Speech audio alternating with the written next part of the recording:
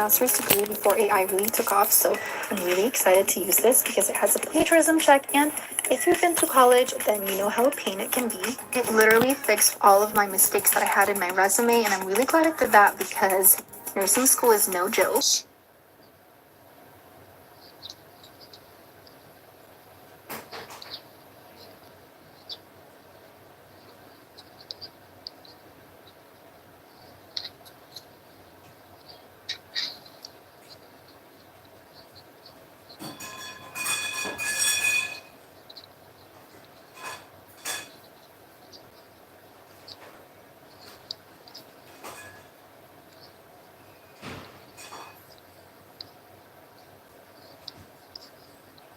Here at the end of my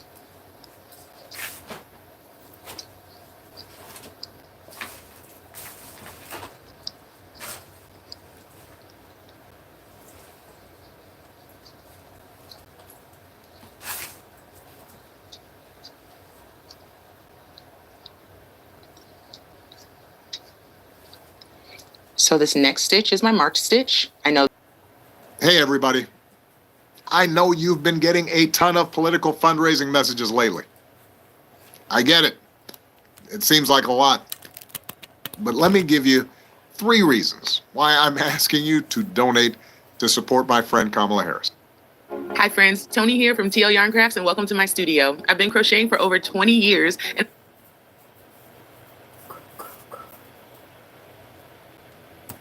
20 years, me too. At least. So you want to start crocheting, but you have no idea where to start. You don't know what to buy. You don't know what yarn to use. You don't know what hooks to get. This is exactly what I would tell myself to buy if I was starting my crochet journey today.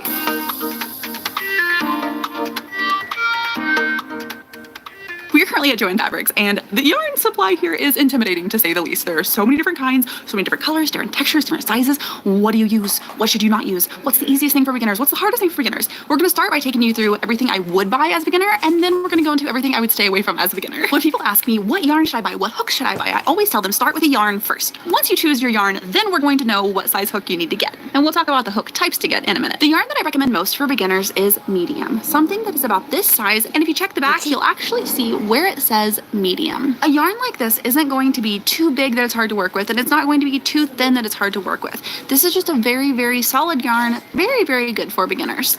I just realized that without even meaning to, I was showing you guys a Red Heart Super Saver roll of yarn, and this is actually what I used to make my temperature blanket for last year. The yarn is cheap, it's durable, it's easy to work with. I do really, really like Red Heart Super Saver. But that's definitely not the only type of yarn for beginners, and maybe not even the best type of yarn for beginners. Keep in mind that the best yarn for you is going to be yarn that you enjoy working with, you like the feeling of, and most importantly, that you are excited to make something with. All of these yarns right here are more just medium weight yarns. They're probably all going to use hooks between like 4mm hooks to 6mm hooks, and these are all just really good yarns for beginners. I also highly recommend yarn cakes for beginners, things like this that change color on their own, because changing colors as a beginner can be kind of intimidating. I do have a few videos about it. I will link them below, but changing colors as a beginner can definitely be intimidating, and whenever you buy a yarn cake like these, the color is going to change for you, and then you don't have to worry about changing the color as you go. This might be a controversial crocheting opinion, but I also think that this bulky yarn can be super awesome for beginner crocheters to work with. For yarn like this, it's going to be a bigger hook. You'll be using like an 8mm, but I personally love working with these thicker yarns. And one of the main reasons I like working with thicker yarns is because the project gets done faster. When you're working with bigger yarn, each row is bigger and it's a lot faster to complete your projects. I think something that becomes so intimidating to people with crocheting and with knitting is just how long a project can take. So if you do just want a quick project, grab yourself some bulky yarn or super bulky yarn. Nothing probably bigger than this, because bigger than this you get into other issues, but nothing bigger than this, but something around this size. Pick a simple project that you are excited about, something like a hat, something like a little bag. And you should be able to knock the project out in no time, and just completing your first project, I feel like is so important in any crocheter's journey. Yes. Because so many people have so many works in progress, just so many pieces of crochet that are just sitting there waiting to be completed, and it gets daunting. It gets kind of sad. It gets almost like, man, am I ever gonna finish something? If you buy yourself some bulky yarn and if you pick a small project, I promise you are going to complete your first crochet project. So we've covered medium yarn and we've covered bulky / super bulky yarn and why I would recommend crocheting with these. But here's the question now. If you choose your yarn, which hook do you choose? Let's say that you chose this beautiful Bernat baby blanket sparkle yarn. I do love this yarn. I have made multiple actual baby blankets out of this yarn. It's incredible to work with. It feels super good on your hands. And since this is bulkier yarn, the projects get done faster like we talked about before. Like I think the last baby blanket that I completed with this yarn took me about 4 hours. So once you choose your yarn, how do you know what size hook to use? You're gonna look at the back of the yarn. Right there. Am I showing you the right place? Yes, I am. All right. Where it says 8mm and has the picture of the crochet hook, that's how you know. That's it. You just check the back and you say, okay, if I'm gonna buy this yarn, I know that I need an 8mm crochet hook. So you know that you're gonna buy your super bulky yarn and your 8mm crochet hook, but let's say you also want to get a medium yarn. Let's go back and grab our original medium yarn. I think it was this one. What size crochet hook do we need for this? Let's check the back where it has a little crochet hook right there, and it looks like we need a 5.5mm crochet hook. So let's go get our hooks. There are a bunch of different types of crochet hooks, but the good thing is we already know the two size of crochet hooks that we're going to be grabbing, right? An 8mm crochet hook and a 5.5mm crochet hook. So now the question is, what type of crochet hook do we want to get? Not just the size, but what type? A lot of this comes down to personal preference. I'm going to be telling you what I enjoy using and the ones that I feel like are easiest to use. I personally prefer ergonomic hooks, ones that have these little grippy things on. I think that it makes it more comfortable for your hands and easier to use, and you don't drop them as much. So if you wanted to grab this set, you would have a 5.5mm hook just like you need, and you'd also have a 6 and a 6.5mm crochet hook. Dang. It looks like Joann's is currently out of 8mm crochet hooks that have the ergonomic grips. And they sell them individually as well, so if you don't want to grab a pack of 3, you can just buy the individual hooks, but it does look like they are currently out of the 8mm crochet hook that is also ergonomic, having this little grippy grip. So now that you know what I would buy as a completely beginner crocheter, medium yarn, chunky yarn, find the hook that matches your yarn, and get a hook with an ergonomic grip, let's talk about what I would not recommend you to buy as a beginner crocheter, and then let's wrap up the video with some extra goodies that you might want to grab if you are just now starting your crochet journey. The number one thing I would not recommend you to buy as a beginner crocheter is this extremely fine yarn. Little bitty yarn with little bitty hooks. It's just harder to use, it's easier to mess up, it's harder to get the tension correct, and I would just not recommend it until you've been crocheting for a while. I have the same exact opinion about the super jumbo yarn. If you were just now starting to crochet, I wouldn't recommend something this big. I mean, this thing takes a 25mm crochet hook. Let me show you how big that is. The Wooble sent me some crochet kits to try out, and I've never used a kit like this before, so I'm really excited to see how it goes. Of course, I had to pick Fred the dinosaur. He is adorable. So it looks like the kit comes with all of the yarn that you need for the project, and I ended up with some leftover yarn, which was really nice. And then I found this little envelope, which I'll open up in a second. And then they also provide a crochet hook and the stuffing. And in this envelope, it has a card, and on the back of that card is a QR code for the instructions. And then it also came with some black yarn if you want to embroider the eyes, and then the safety eyes and a darning needle. So this kit really comes with everything that you need for the project. So once I scanned the QR code, this is what I found, which is super cool that it has instructions for a lefty and a righty. And then the thing I was most blown away by that they do is they start the magic loop for you. If you know, in amigurumi crochet, you pretty much always need to start with a magic loop, and I get lots of questions on how to do this, so I know it's really tough for a lot of crocheters, especially if you're new. So the fact that they started out for you makes it super easy, and they have a tutorial on how to do it in their instructions. So if you're already an experienced crocheter, they have the pattern just to download and then you can follow that. But if this is your first time crocheting, they have video tutorials for every single step, and it looked like it was really easy to follow. I would have loved to have this as a beginner. Something else that's really cool that I saw on their TikTok is that They made this yarn. It's called Easy Peasy yarn, and it is perfect for beginner crocheters because it doesn't split apart and fray like most other yarns. And also it's really easy to see the stitches and where to insert your hook, which I feel like is the biggest problem that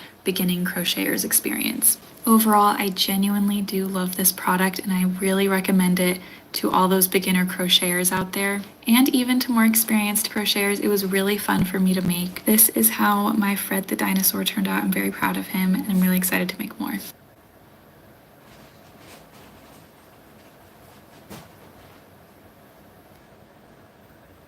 Linda just realized the horrifying truth. She's low on kid snacks. Stay cool, Linda. Cool? Roy ordered delivery. I ordered more snacks. Whatever the moment, I got you. We'll meet you there. Stop and Shop. Feed the moment.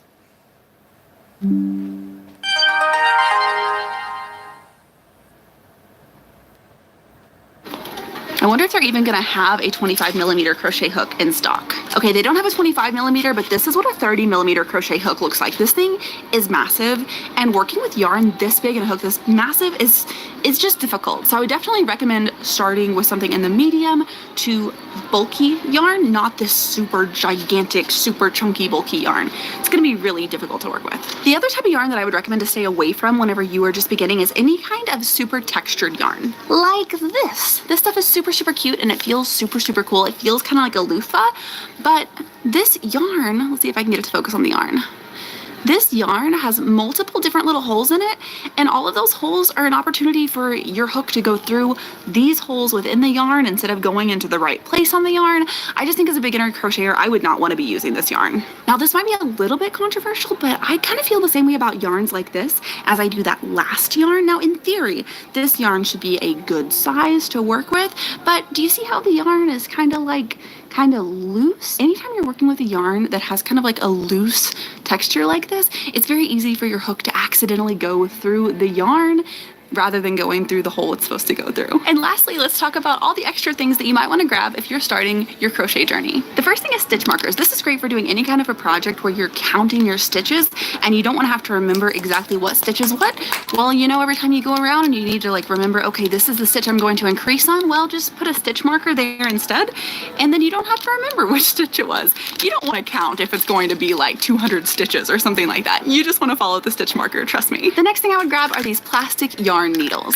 These are great for weaving in tails at the end of your project or sewing your project together. If you're making a patchwork jacket, if you're making a hat you need to sew together, if you're making slippers, whatever it is, grab yourself some of these little needles. Trust me, it's way easier to use these than trying to do it by hand. And lastly, I would recommend getting a stitch counter. Now, I don't have one of these as like a physical one. I use an app on my phone, but having something that can kind of keep track of your stitches is really important because I can't even tell you the amount of times I've been like, oh, I'll remember that this row was 17 and then 3 rows later I need to increase to 19 and then 5 rows later I'll need to decrease. No, I forget. So whenever I have it on a stitch counter, like I said, usually on my phone, but you can also grab one of these little physical ones. It's a lifesaver. I'm so excited for you that you are starting your crochet journey. My grandma taught me how to crochet whenever I was 7 years old, and it brings me so much joy. It's calming to my anxiety. Crocheting just feels like home, and I don't know a less cheesy way to say that. So I cannot wait to see what you make. Let me know in the comments how your crochet journey is going. Let me know what you're gonna make with your first project. Let me know what kind of yarn you choose, what kind of needles. I'm testing out the Poise Ultra Thin Pads. Thanks to my son, sometimes I laugh so hard, I leak a little. But these pads are ultra thin and absorbent, so I know I'll stay dry no matter what my day brings. Laughter test? Poise Ultra Thin Pads. Try Poise Ultra Thins. Make time for laughing. Crying while laughing. Today I'm gonna be trying a weird crochet tool so you don't have to.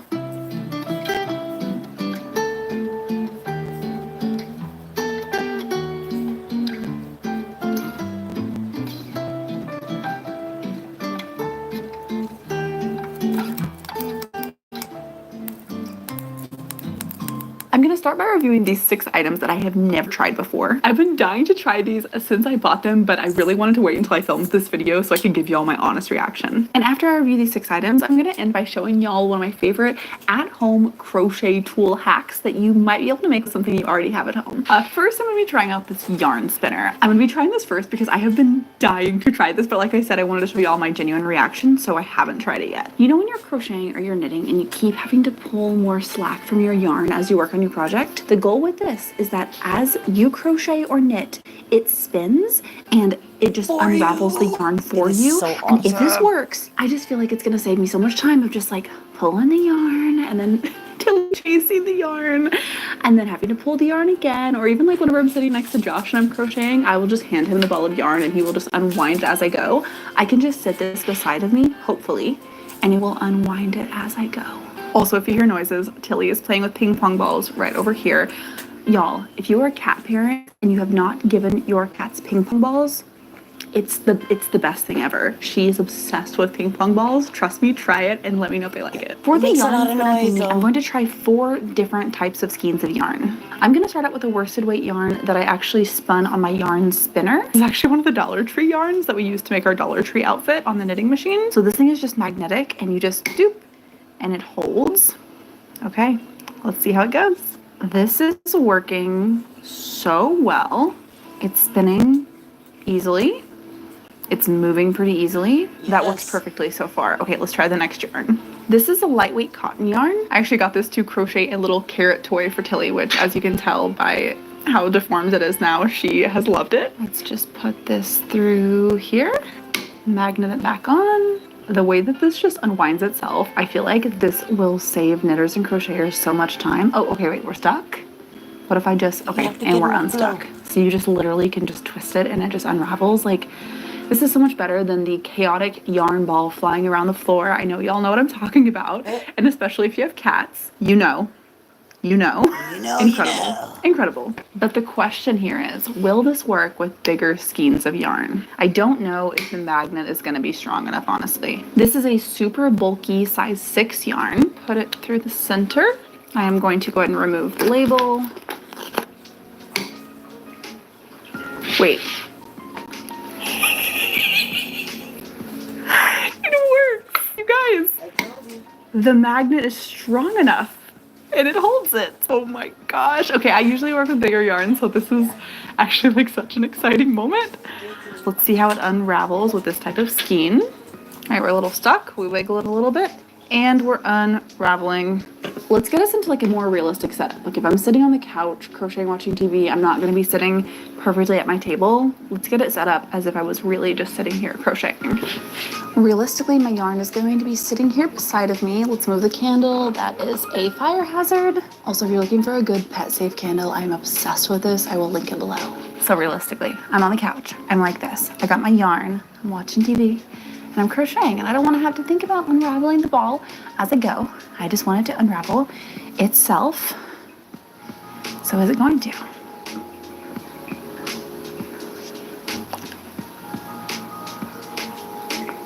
Okay, we're a little bit stuck. If I go there, unstuck. That is still easier than holding on to the ball of yarn, unwinding it, having it go flying around the floor. This is still easier. Hi, Tilly. Hi, you wanna come say hi? She's like, no, I want to eat your yarn. I have used a yarn bowl in the past. I personally just wasn't crazy about it. Let me know in the comments below though if you have a yarn bowl that you really like using.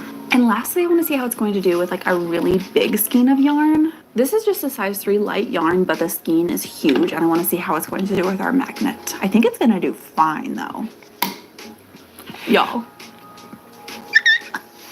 I love this so much. Like, where has this been my entire life? This isn't something that I would like take with me maybe every single time I crochet somewhere, because y'all know that I like crocheting weird places, but when I'm like movie marathoning it and I'm crocheting, I'm going to be using this yarn spinner thingy. I actually think that this gigantic skein works the best out of any of the skeins that we tried on it today. Look how easily that's spinning. I officially give this first little crochet tool a 10 out of 10. It was super easy to put together with only 3 screws, and it came with a screwdriver. It worked with multiple different types of yarn, sizes of yarn, and skeins of yarn. The magnet is strong enough to hold the yarn, but it's not so strong that it feels like you're struggling to pull it on and off every time. Aesthetically, I love this. I think that the little flower base is super cute. I think this base kind of looks like a bear or a cat. It's made out of wood and it feels really nice. It does exactly what I want it to do. Like, I really can't imagine it working much better. And I think the final cherry on top is the price. Now, it's not like super cheap, but it's also still, I feel like, affordable. It's $26. Okay, that was so much time on item number 1, but I love this so much. Like I said, 10 out of 10. I'm so sure that I'm going to use this actually in my everyday crochet life that I think it might even just live right here. I think it's gonna live on my little mushroom mosaic table that I made, and that way it is just ready to be used whenever I'm going to be sitting here and crocheting. Let's move on to item number 2. This is one that I'm kind of skeptical of. It's like I really want it to work, of course, but I just don't have high hopes. Communication is an essential part of my job. That's why I use Grammarly, an AI partner trusted by millions of professionals. This is a crochet hook that helps you count stitches and rows, and you can change all of the different heads of the crochet hook. The reason I'm skeptical is because I've had these crochet hooks before that are like changing head crochet hooks. I had one that just like lights up and you could change the different heads. In theory, I loved it. It was way easier to crochet when it was pretty dark, whenever I'm watching TV and maybe there's only a little bit of light in the room, but the heads of the crochet hooks would just fall off all the time. And I don't see how this is going to be any different if I'm being honest, but I have to try it. Let's put on a 5.5mm head, slide it on and twist. Okay, it comes with this little, like, what is this called? This little tiny wrench thing. Am I supposed to like put this on? I am. Wait, this might be better. Okay, you actually put the wrench on and twist. What? Okay, that's wild. I don't think that's gonna fall off easily. If you're a regular here, you'll know that I hate patterns, and it's mainly because I hate counting. I don't like having to remember where I'm at. I've used apps that will like count your stitches, where at the end of every row you just say done with this row, done with this row, and it like counts them. But I just feel like that's not super convenient, especially if you want to count your stitches and your rows. This actually lets you count stitches and rows. If you click the bottom button, it does your stitches, and if you click the top button, it does your rows. And if you click the button out in the front, it turns on the light. So this is kind of still like having a lit up crochet hook. So in theory, every time you make a stitch, you can click the button. This feels weird. Let's do a little swatch together and see if we love this or hate it. So it's currently on 0 and 0. We're doing a stitch, and then I click the stitch button. Stitch. Click the stitch button. This just like does not feel like it would be efficient. Like I'm already splitting my yarn because of how weirdly I'm holding this. Stitch. Stitch. Is there an easier way to do this? Stitch. Okay, wait, there we go. I'm getting the hang of it. Now wait, I've got to sit here and unravel my yarn. See, we need our yarn unwinder. I hold my hook steak knife, not pencil. But if I held my hook pencil, I think this is made for pencil holders. Okay, if you hold your hook like a pencil, this is for you. This is actually really cool. Okay, I'm getting the vision now. Okay. I hate it, but you might love it. No, I don't hate it. I really don't hate it. I hate holding my hook like that. I love this hook conceptually, and it's still pretty ergonomic. It still has a pretty good grip and feels pretty good on my hands. Okay, so I'm at 23 stitches, 24, 25. I don't know what I'm making. That's 25 stitches. So let's say, okay, we're at the end of row 1. I'm gonna hit the top button, which changes our row. Also, hold our finger down on the stitches button, and it will put our stitches back to 0. So we're back at 0, and we've done 1 row. So we turn around. So weird thinking about clicking that button every time. This is something that just feels like if counting your stitches is something that's really important for you, this is a great tool. Stitch counting crochet hook. Oh man. You know what? I honestly didn't hate it as much as I expected to. I actually kind of like it. I don't know if it's for me as a crocheter, but I can see its value. I can see why this would be a good tool. If you're someone who holds your hook like a pencil and you make a lot of plushies or use a lot of patterns, I would buy this in a heartbeat. Like for you, 10 out of 10. For me, I would give this like a 6 out of 10. I think that I will use this occasionally. I think that I do see its value, but it's probably going to be a better experience for me just to count or continue using the app on my phone rather than trying to hold my crochet hook differently just for the sake of clicking it every time. I will say I could see myself using this just as the row counter and not as the stitch counter. If I just use it as a row counter and I only have to click it at the end of every row, great. I can definitely see myself using it for that. Even still, y'all know that I mainly do freeform crochet. I usually don't count my stitches, but I am glad that I have this and maybe I will use it for something. This is the most expensive item that I'm going to be showing today. I believe it's right around $30. If this is something that you'll use, I still don't think that this price point is terrible. You get so many different crochet hooks within this one hook that the price isn't going to be that much different than buying just a pack of crochet hooks. And it's also like getting a stitch counter. So if that's something that will be useful for you, I think that this is a tool worth getting. I meant to say this earlier, but this video is not sponsored by any products, but I do have all of the products linked below if you do want to try them. This next item or items is probably the thing that y'all have asked me the most to give you an honest review on. I finally got crochet rings. If you've ever watched any of my tutorials, you know that I'm obsessed with the way that I hold my yarn. This is how my grandma taught me to hold my yarn, and I'm so obsessed with it that I've even been like hesitant to try the rings because I'm like, nothing can be better than the way that I hold my yarn. You go around the pinky, under your middle two fingers, over your pointer, and pinch. So let me show you that again. Around the pinky, under the middle two, over the pointer, and pinch. This lets the yarn slowly slide through your fingers, and it lets you use your pointer finger to control your tension. But okay, let's try these crochet rings. This is truly my first time trying one. I'm a little hesitant.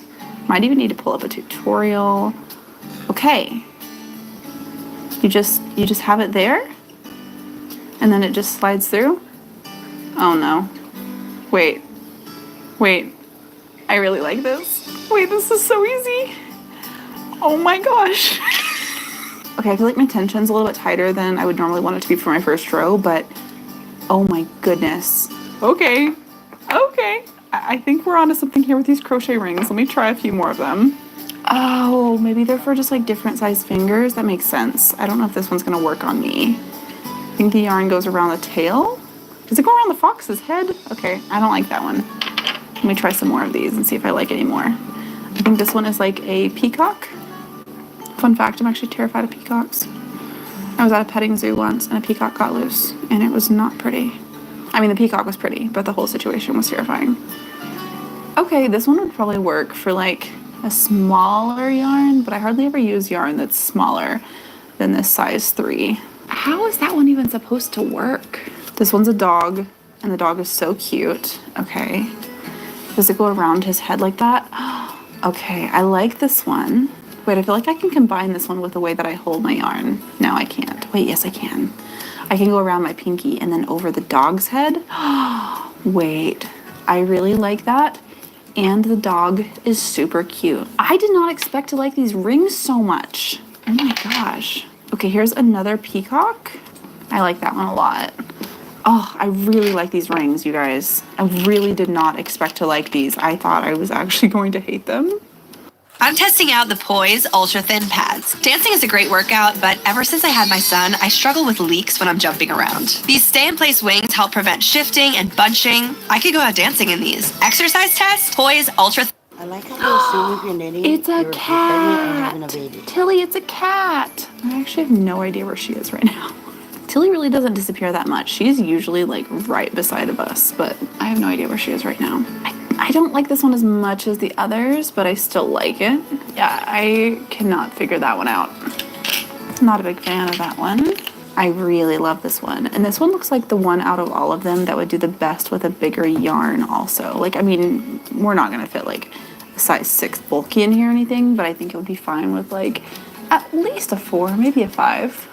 I can honestly say I did not expect to like these rings, but I actually really like these rings. I would probably give these like an 8 out of 10. The only reason I'm not giving them a higher rating is that for me personally, I don't know if the inconvenience outweighs their purpose. This might just be because I've been crocheting for 25 years, holding my yarn a very particular way.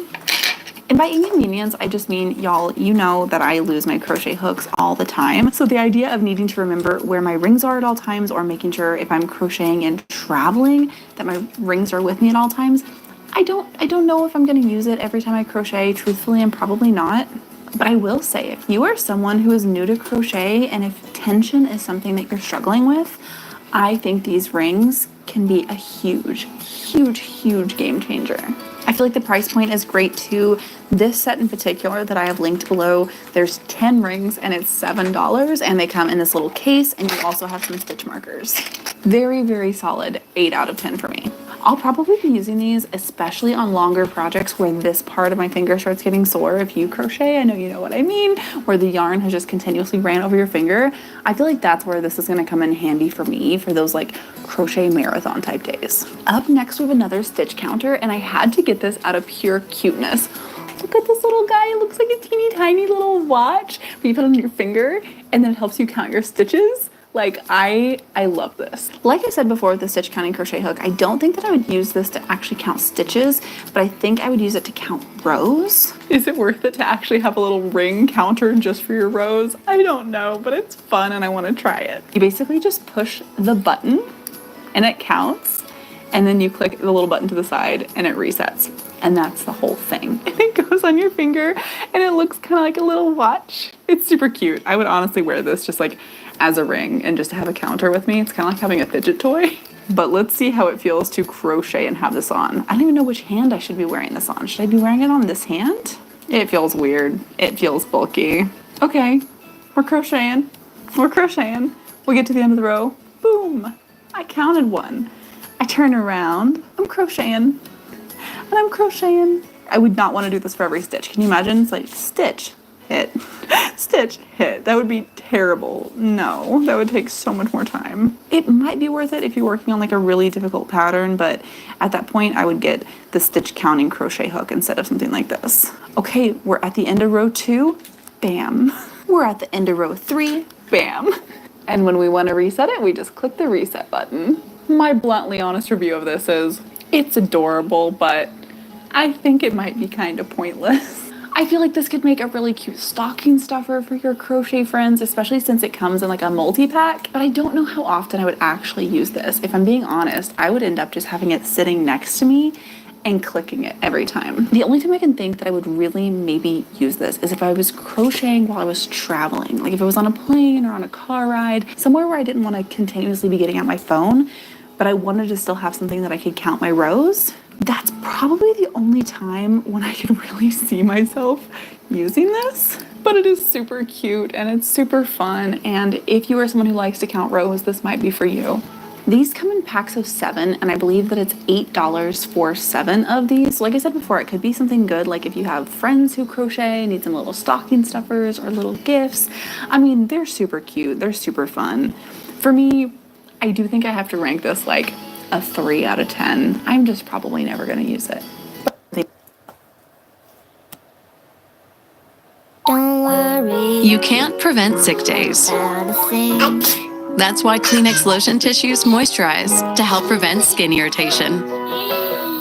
For whatever happens next, grab Kleenex.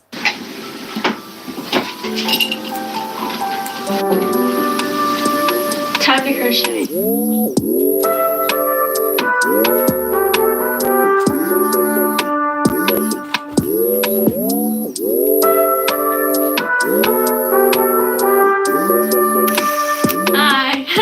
So I know it's been a little while since I actually talked to you guys, but I burnt out.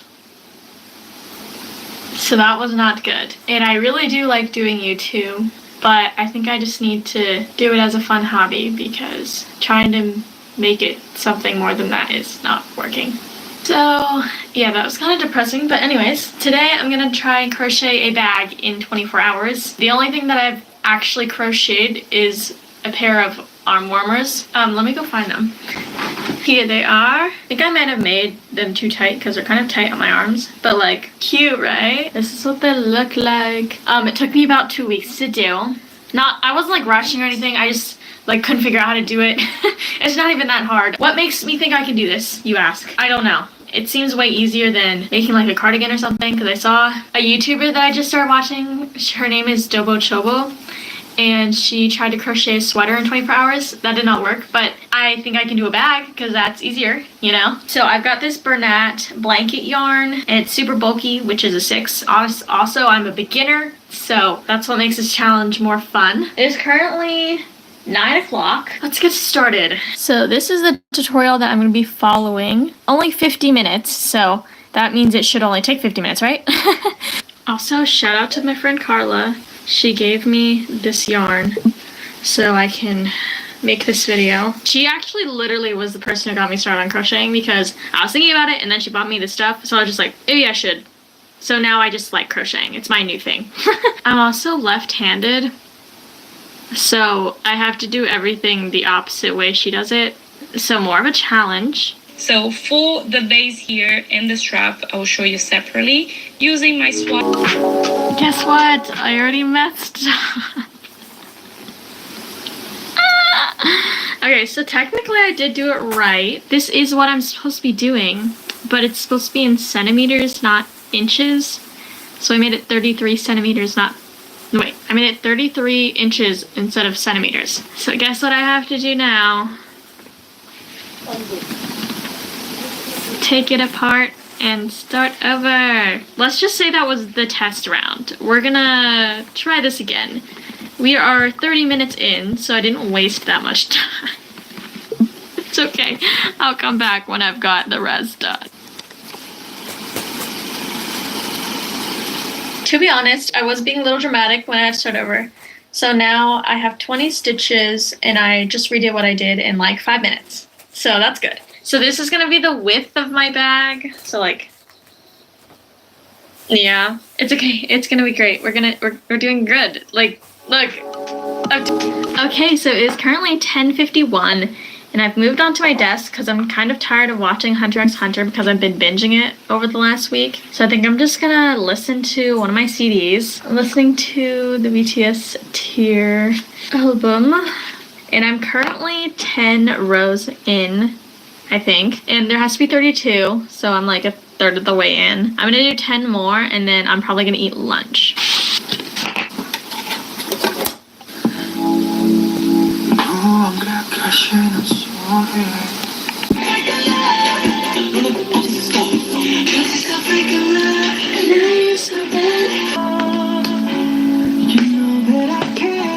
Show you me, but I still want you.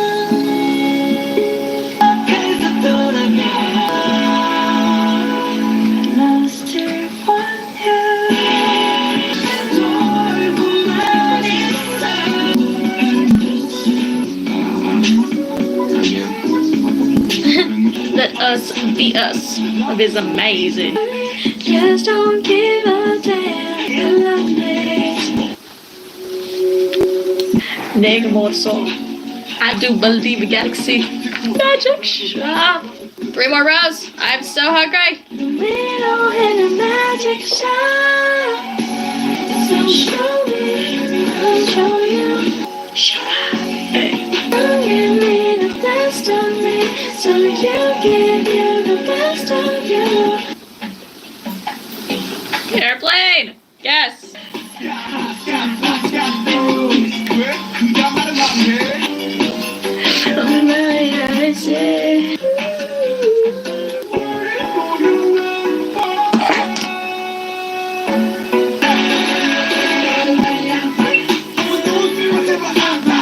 Someone somebody come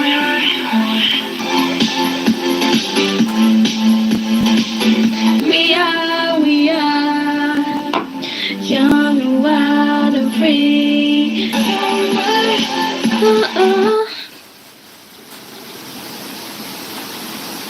Girl, why'd you stop?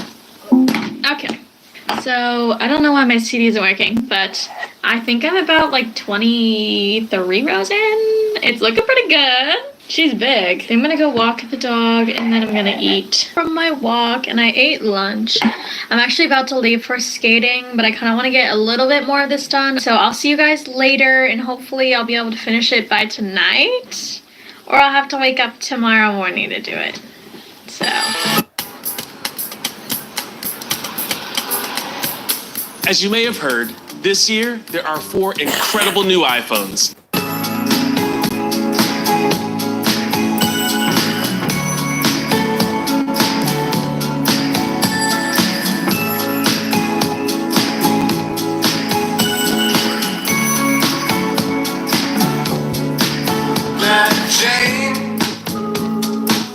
Standing over in a nightgown.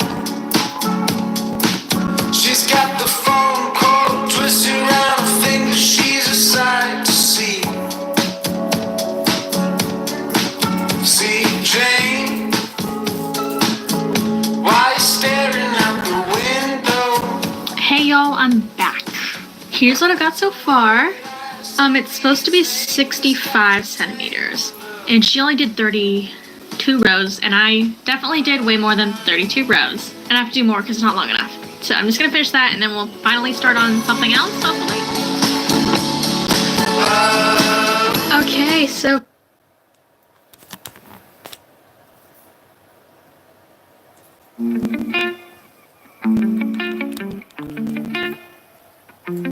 Hello, welcome back. In the tutorial today, I will show you how to crochet this blanket with this very soft Bernat yarn. It's a very easy blanket. I will go forward very slowly and explain everything I'm doing from the chain to the finish, so you can follow. Even if you're brand new to crochet, I will go forward very slowly. So let's begin. For the yarn, I've used this very soft Bernat yarn. I will leave a link in the description where you can buy it, and I will write in the description how much you will need.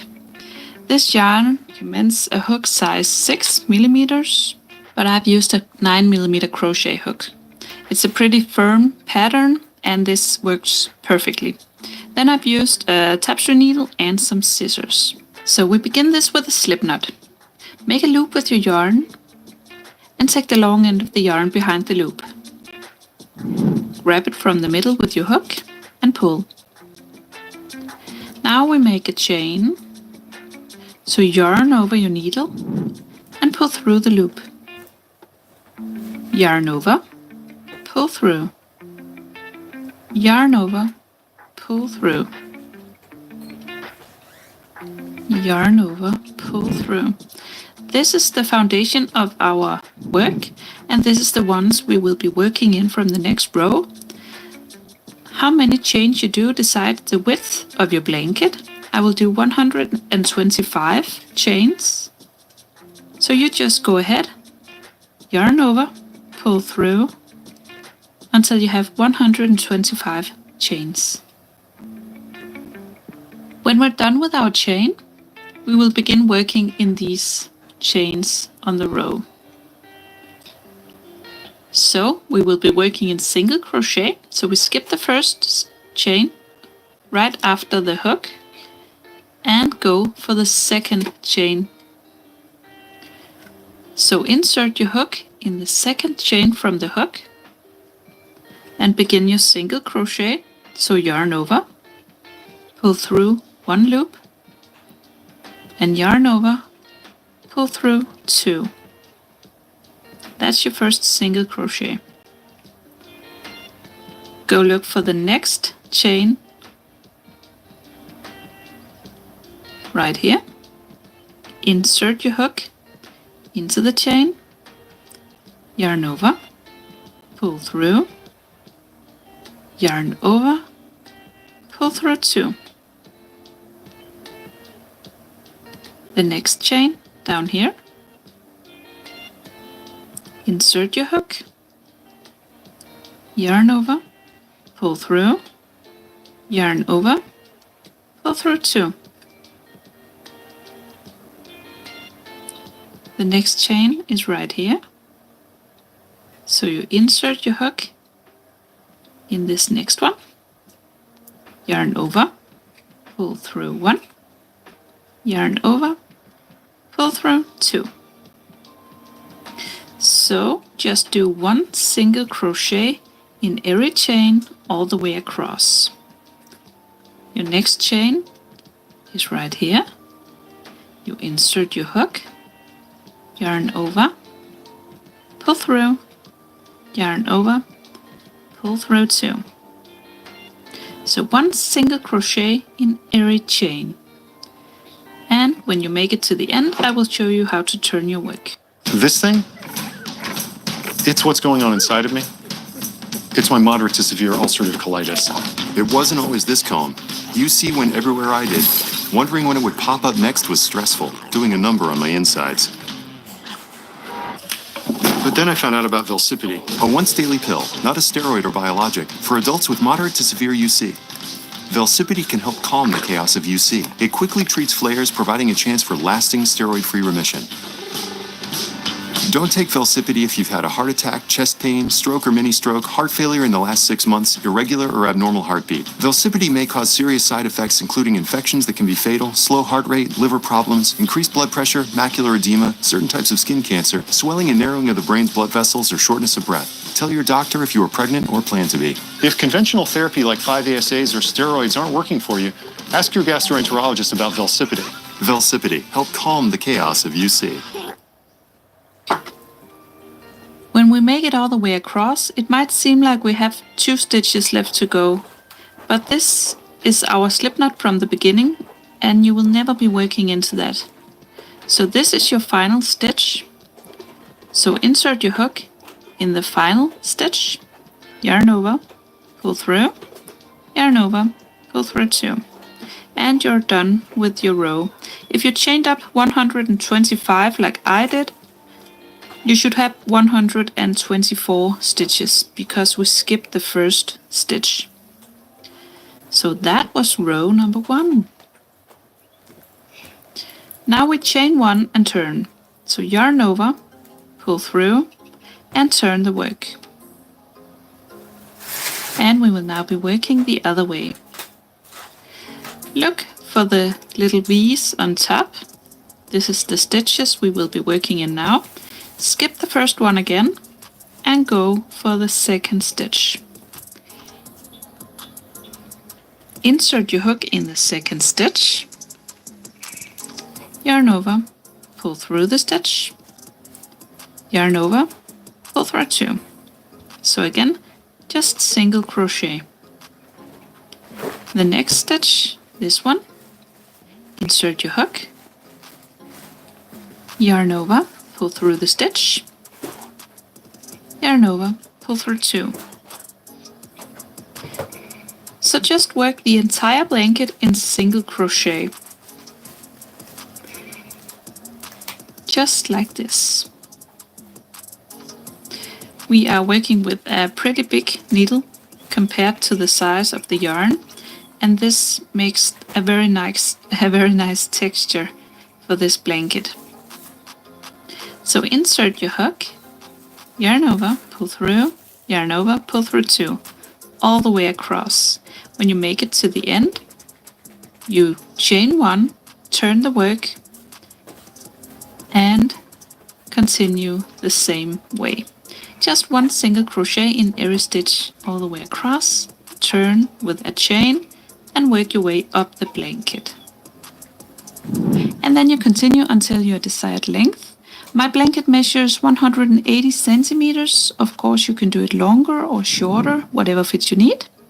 Then you weave in your ends with your tapestry needle and cut all your ends off, and you're done. You have a blanket. I hope you liked the tutorial. If you did, please press thumbs up and subscribe to my channel. I hope to see you again soon. Bye!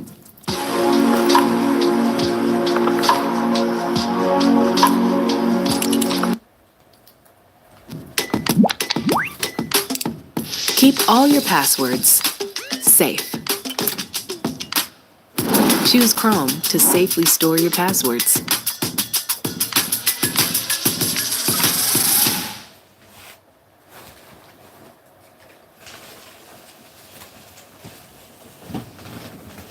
Seniors don't pay for groceries, and here is why.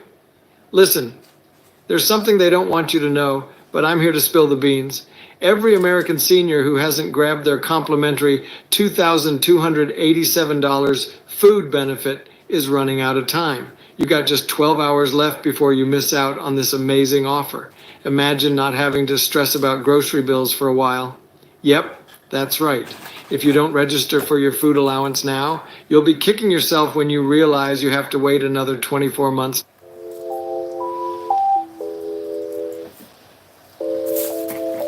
Hi, welcome back. Today we're doing this baby blanket. It's extremely soft and it's my favorite pattern for a baby blanket. I really love this ribbed effect. It's simply just one skein of each color in this Bernat yarn, and it's a very easy project. If you're a beginner, this is a good place to start, and if you're more advanced, it's a quick project if you're in a hurry to make a gift. So we will just begin. You are going to need some materials for this. I used this baby snuggle from Hobby. It's super bulky and in a size 6. I used 3 skeins in total, 1 skein of each color. Then you'll need an L crochet hook, size 8 millimeters, some scissors, and a tapestry needle. Remember to subscribe to my channel and hit the bell if you want to be notified. To begin this blanket, we grab our 8.0 millimeter crochet hook and our selected yarn, and we will start by making a chain. So first we make a slip knot, make a loop with your yarn, take your yarn behind the loop, and then grab your yarn from the middle with your crochet hook. Then we make the chain. So you yarn over and pull through. That's a chain.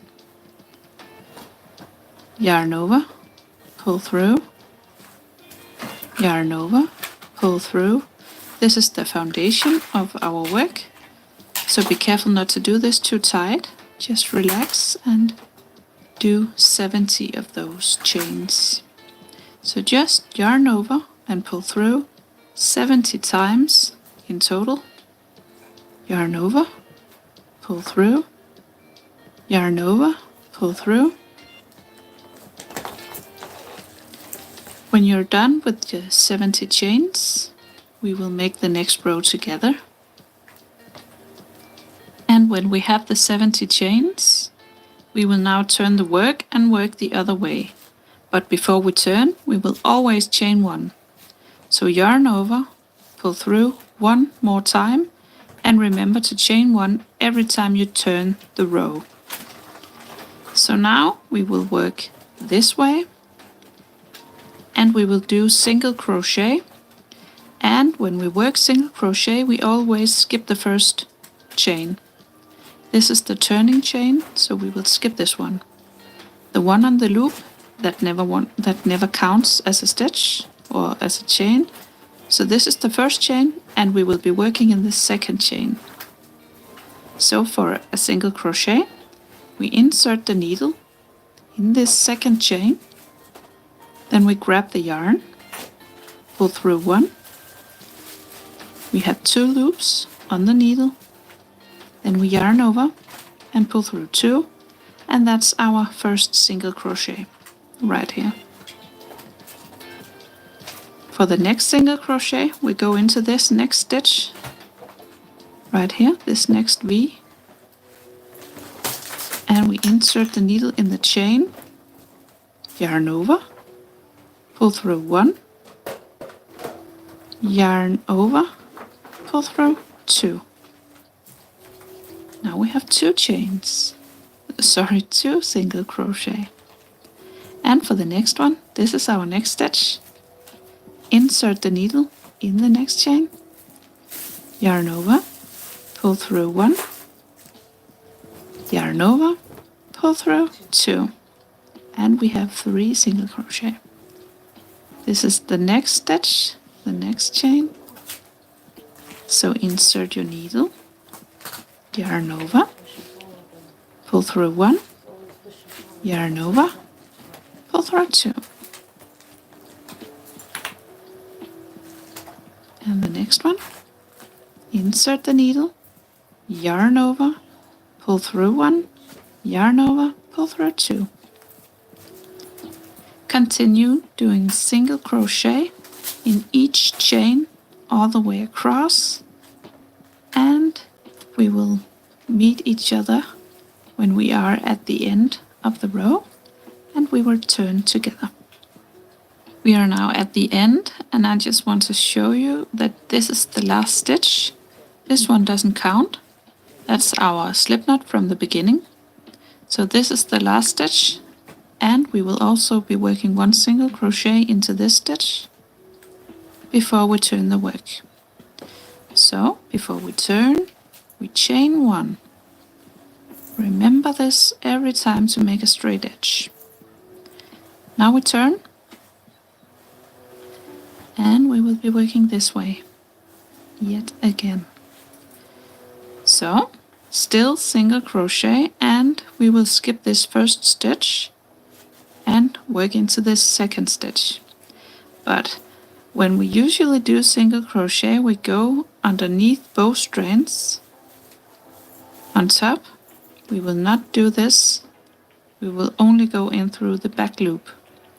So you have these 2 loops on top. There's a V on top right here. We will only be working into the back loop of this. So insert your needle in the back loop and grab your yarn. Pull through, yarn over, pull through 2.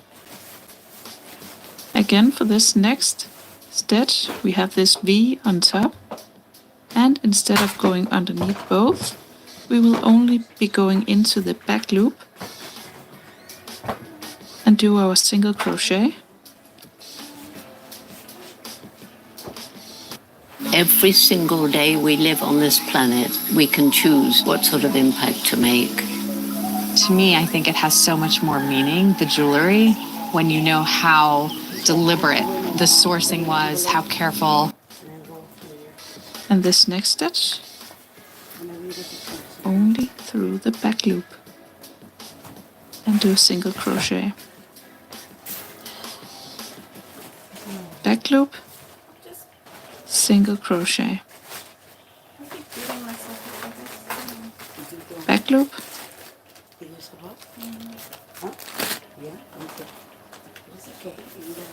single crochet. Continue all the way across with 1 back loop single crochet in each stitch. If you are a beginner, I recommend that you count your stitches before you begin, just to make sure you still got 70 stitches and you didn't lose any along the way. But I will see you when we are at the other end again. And at the end of the row, it should be looking like this.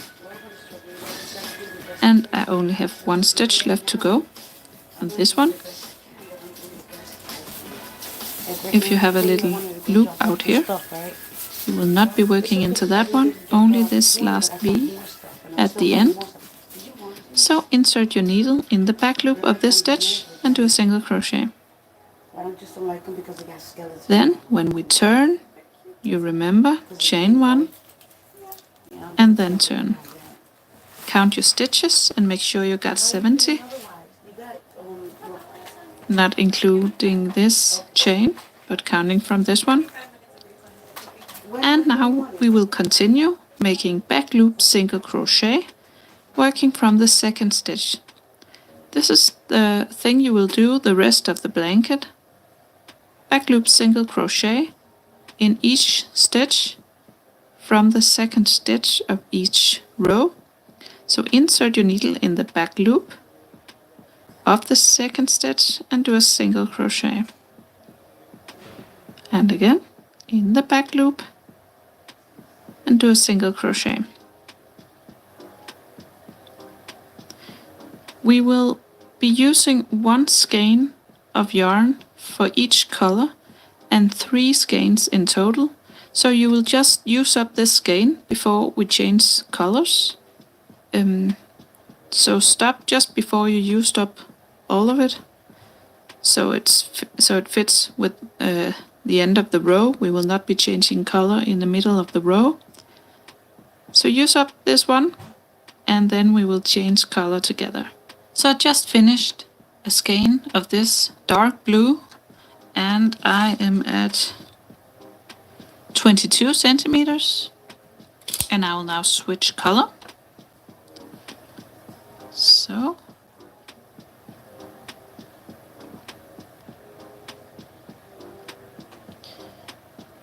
Just before you make the last stitch, we will switch to another color. So have your new color ready. Just find the end.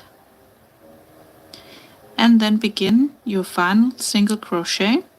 So insert your needle in the back loop of this last stitch. Grab the yarn, pull through, just like we used to do. But before we yarn over again, we grab this new color and put it on our finger. And then we yarn over with the new color and pull through. That's the color change. Then we chain 1 for the turn, and then we turn the work.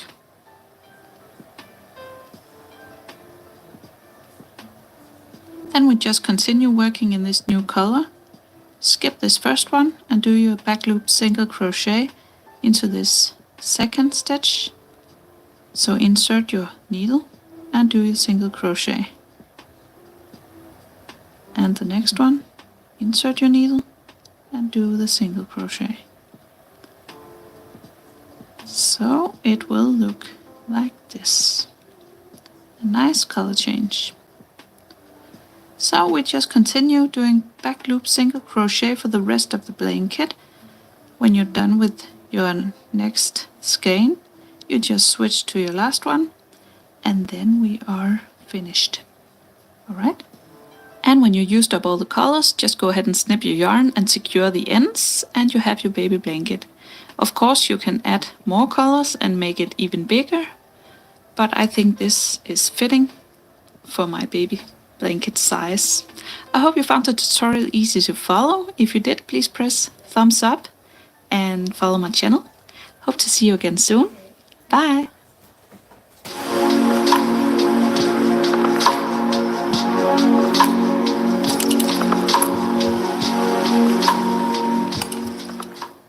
Have another pancake? From full house to empty nest to free birds, Vanguard Personal Advisor can help you prepare for every chapter. We got this. That's the value of ownership.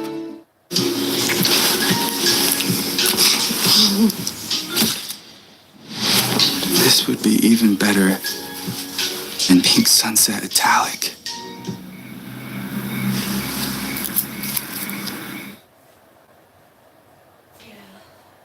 Hi, welcome back. Today we're doing this baby blanket in Bernat yarn, and this is the moss stitch, and this has become my favorite pattern for Bernat yarn and a baby blanket because it's just so beautiful, and the moss stitch is actually quite easy.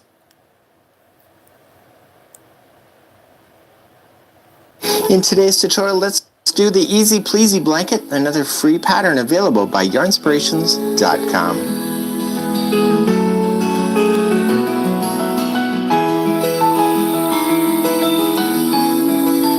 Welcome back to the Crochet Crowd as well as yarnspirations.com. I'm your host Mikey. Today we're going to work on the Easy Pleasy blanket. This really is easy pleasy. It's using Bernat blanket yarn, a very, very popular yarn. This will whip up real quick. Only requires 4 balls of the 300 grams for the Bernat blanket. And let me show you what those look like. And that's what the size is, so you'll need 4 of these. And again, it works up really quick. But here's the sample that I've done, and I want to show you a little bit more about that, and then you can decide whether this is right for you or not. So here's what the pattern looks like, and you can see it's just V-stitches. It's just double crochet, chain 1, double crochet, and the next row, the double crochet, chain 1, double crochet is in the middle of that. And if you look at it, it just basically follows itself all the way up. Okay, so it's really not a big deal. If you'd like to change the size of this particular afghan, it's in sets of 3 plus 2. So that means you go 1, 2, 3, 1, 2, 3, 1, 2, 3, 1, 2, 3, all the way until you get to the size that you want, and then you add 2 extra chains at the very end. That's what that 3 sets of 3 plus 2 mean? So it's a really great concept. So if you want to alter the pattern, just be very conscientious that if you change the pattern, you will change the size of the amount of yarn that you're going to need for this particular project. You can make this in baby size, but today's project is 56 inches by 60 inches long. It's a nice size throw, and it's going to go really quickly. Let me show you how to do this, and it's really quite simple. In today's project, you're going to need a Bernat blanket. There's going to be 4 balls of this. You're going to need an 8mm size L crochet hook today in order to complete this Afghan. So let's go. I'm going to create a slip knot, and the size of the Afghan is 56 inches by 60 inches long, and I'm going to show you how to get started on this. I'm going to show you a small example, and if you're doing the example as per the instructions, so you exactly want that Afghan, I'm just going to use this solid color yarn because for tutorial reasons it's easier to show you in a solid color than it is a variegated, so you can see where I'm going for stitch work. So as I promised you, it's in sets of 3 plus 2, so that's what I'm going to do for a small example. So I'm going to go 1, 2, 3, and just keep in mind if you want that size in the Afghan, just chain 88. It's already worked out for you. So 1, 2, and 3, and then 1, 2, 3. I'm going to do it one more time. So 1, 2, 3. Once I get to the size that I want, this is all I'm going to do for today's example, I'm going to add 2 more stitches, so 1 and 2. And then that will help me to stay in balance for this repeat pattern. Let's move on to row number 1. Row number 1, we are going to start establishing the double crochet, chain 1 double crochet. So it says to go 5th chain from the hook. So we're going to count back. So we're going to say this is 1. So it's right. It's not this one. So it's 1, 2, 3, 4, and 5. And that's the one I want. And I want to turn over and get the back hump of that chain. And I want to double crochet in that particular chain. Okay, so it's going to leave quite a bit of gapping space, but don't worry about it. It's what you need. So you're going to double crochet, followed by a chain 1, and then double crochet back into that same chain. So that's your V-stitch. It's double crochet, chain 1, double crochet. So back down on the chain, I want to skip over 2 more chains. So 1, 2, go to the 3rd, and I want to double crochet into the 3rd one. And that's going to be another V-stitch. So we're just going to create V-stitches all the way across. We just got to keep skipping the right amounts on the bottom here. Chain 1 and double crochet back into the same spot. Just like that. So let's do another V-stitch. So again, skipping over 2, so 1 and 2. Go to the 3rd to double crochet. Slash chain 1, double crochet. Just like that. So basically I'm having to the very end here, so I've got 2 here that I'm going to skip. I'm going to go into the very last one. So the very last one is just going to be a double crochet.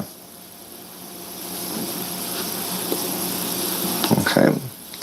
If you get all the way down on the end of your chain and all of a sudden you have some extra left, just undo it, just like kind of just pull the strings out, and you should be good to go on that. So that would be completing row number 1. Let me show you how to do row number 2, which will be identical for the remainder of your Afghan. To do row number 2, you're just going to turn your work and you're going to chain up 3. So 1, 2, 3. And now we're just going to start with the V-stitch in the very next one. So just separate them. So this is a chain 1 space, and you're going to do a V-stitch in there. So it'll be double crochet, chain 1, double crochet. Once you get that done, just go to the next V-stitch and go right in between. See how easy this is? It's almost like a granny square in some way. So double crochet, chain 1, double crochet. It's almost like a granny square. You're just looking for spaces and not actual stitches. Okay, so once you get that one done, here's another one coming right up. So V-stitch, chain 1, double crochet in, and the very final stitch here is just going to be a double crochet. Okay, I'm going to show you this one more time. So just turn your work, chain up 3. 1, 2, 3. Okay, so you want to come in, and you are just going to V-stitch into the middle of the V-stitch that's already there. So double crochet, chain 1, double crochet. Okay, come into the next one. Do you see how fast an Afghan would work up with this yarn? It's really quite quick. And chain 1 and double crochet, and then the very final one is just a double crochet right on top of the other double crochet. That's all you have to do. So if you want to do the edging, according to the instructions, we're not to touch the edging on the outside, but just on the uppers and lowers. But you can do an edging along here, and this will be just a single crochet, just evenly spaced. They said there's about 104. You know, because it is double crochet, I would just like do 2 in the gap, and then 1 here, and then 2 in the gap, and then again keep on going all the way down. So that'd be how you complete this particular project. So this is the Easy Pleasy blanket. It really truly is easy pleasy. And until next time, I'm Mikey on behalf of the Crochet Crowd as well as yarnspirations.com. We'll see you.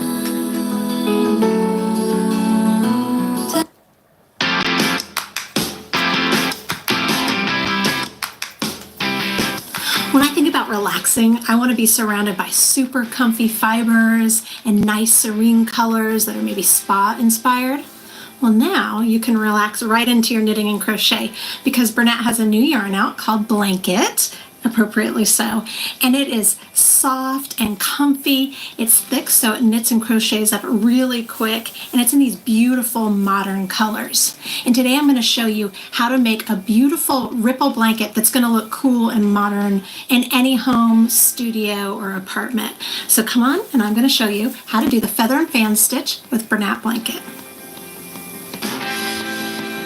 For this project, you're going to need 2 balls each of 4 different colors of Bernat Blanket.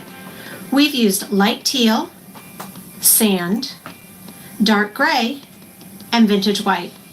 You're also going to need a size 8mm US 11 circular needle that's at least 36 inches or 91.5 centimeters long. The ripple blanket begins with a garter stitch border that's done in vintage white, which is the contrast in color C. But I wanted to show you really quickly, just on this little mini swatch, what they've done is they started with a garter border, but to compensate for the difference in gauge of that and the ripple pattern I'll show you in a bit, after you finish that initial border, you need to increase by 6 stitches. Just wing it. It doesn't really matter where you do it. I would just divide it by 3 and just sort of increase at that interval. But I wanted to show you how you might do those increases. There's one of 2 ways that I think would work best for this particular. Either make one, and that is pulling up that loop from the stitch below onto your right hand needle, yarning over, and then pulling through to create a stitch, and then you would just continue knitting. Or another way that works great with garter stitch is a knit front and back. So you knit in the front of the stitch, leaving it on the left hand needle, and then you go around to the back, knit it again, and then bring it off that left hand needle. So now you have 2 stitches. Either way, this yarn is so cushy-gushy that it's not really going to show. It's just whatever your comfort level is. Okay, so let's move on. We're going to be making this stripe pattern. I have just a mini swatch of 1 repeat. I first want to talk about the stripes. They're working in a pattern that is 4 rows main color, and then 2 rows with color A, 4 rows of color B, and then 2 rows of color C. I just make sure that when you're working on this pattern, you don't get into the zone, because the entire row pattern, the stitch pattern, is 4 rows. Don't get it in your mind that you need to switch colors every time you switch rows of pattern. It'll just get confusing. So just remember, you're working 4, 2, 4, 2. All right, so this is what 1 ripple will look like. The entire blanket is made with only knits and purls except for row 3, and that's the row I'm going to show you. This is the sort of money row. Okay, so here I've got my big old ball of this beautiful color. I love the home dec colors they've created. They used to have only a baby version of this yarn, and I wanted it for myself, but maybe not in the colors that they had, so it's great now that they have these beautiful colors. I love this teal. So we're going to get started. So for this repeat, I've joined my second color. I've worked the first 2 rows, which was to knit a row and then purl a row back. And I also want to mention that you should cut your yarn for every color change. You can't carry it up the side because this is a really chunky yarn and it just doesn't work. So you'll just weave in the ends later. All right, so for row 3, the third row, you're going to knit 3 stitches.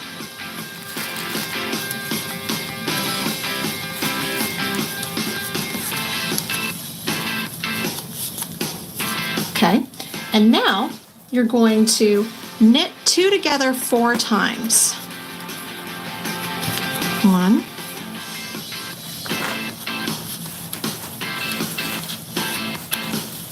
2,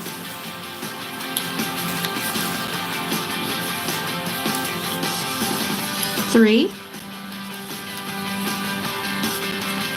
4, and that's going to create the lower portion or the dip portion of your wave. And now we're going to yarn over and knit 1 8 times, and this will create sort of the rise of the wave. So yarn over, knit 1, 1, 2, 3, 4, 5, 6, 7, 8. So all those yarn overs have just increased by a whole bunch of stitches. So now we have to compensate by decreasing. We decreased half when we started with all those knit 2 togethers, and now we need to do it again, the other half on this side. So we knit 2 together 4 more times. 1, 2, 3, 4, and then we knit these last 3. These are just the edge stitches. And that's as difficult as the entire pattern gets. It's really easy. You can whip up an entire blanket over the course of binge watching your favorite show, and it's really gorgeous and absolutely comfortable. Now you've seen how beautifully... Welcome to another Yarnspirations tutorial. My name is Brittany and I'm the instructor over at Bee Hooked Crochet, and today I'm going to teach you how to crochet one of my personal designs, the Pop Christmas Stocking. You can download your free pattern directly from yarnspirations.com. You'll also find the supplies list there. Alright, let's see how to make this beautiful stocking.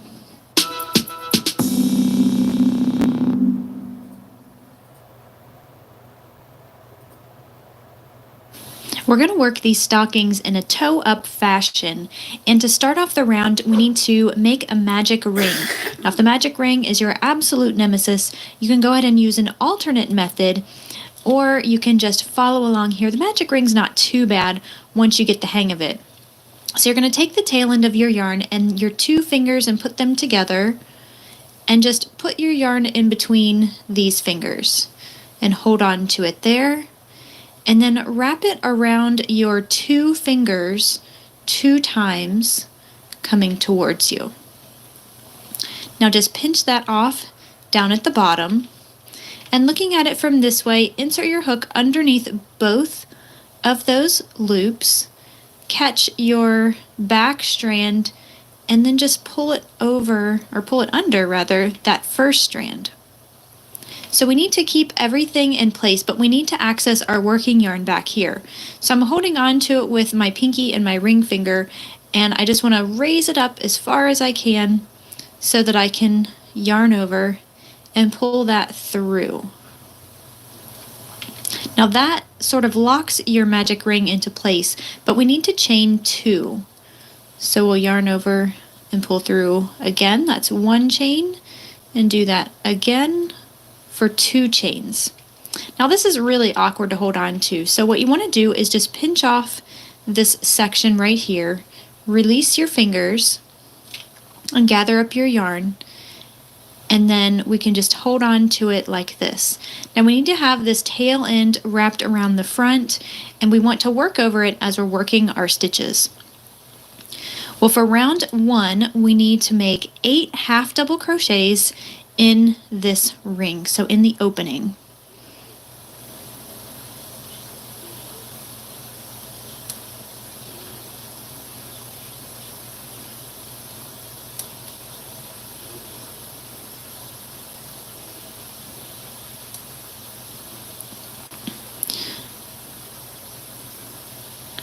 Now we are counting those 2 chains at the beginning as our first stitch. So that will be 1, 2, 3, 4, 5.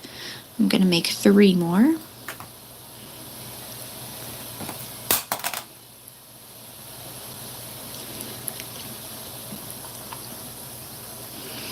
And once you have 8 half double crochets, including your chain 2 at the beginning, then what we need to do is grab our tail and pull it.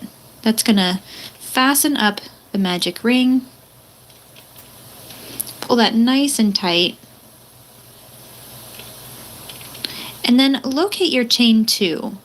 And you want to find that second chain right here, which it should be right before your first post. You'll insert your hook into that chain and slip stitch. For round number 2, we're going to chain 2. And this round we want to increase, and we want to do that by making 2 half double crochets into every stitch. So this chain 2 is counting as a stitch, and it's technically going to be the last stitch of our round. So that means I'm going to work my last half double crochet into this space here, and I'm not going to work my first stitches in the same space as the chain 2. Now this is just a personal preference. I feel like the round looks a little bit better this way. You can seal off the gap a little bit more. So you're going to find your first post and work 2 half double crochets there into that stitch, and you're catching both loops of the V.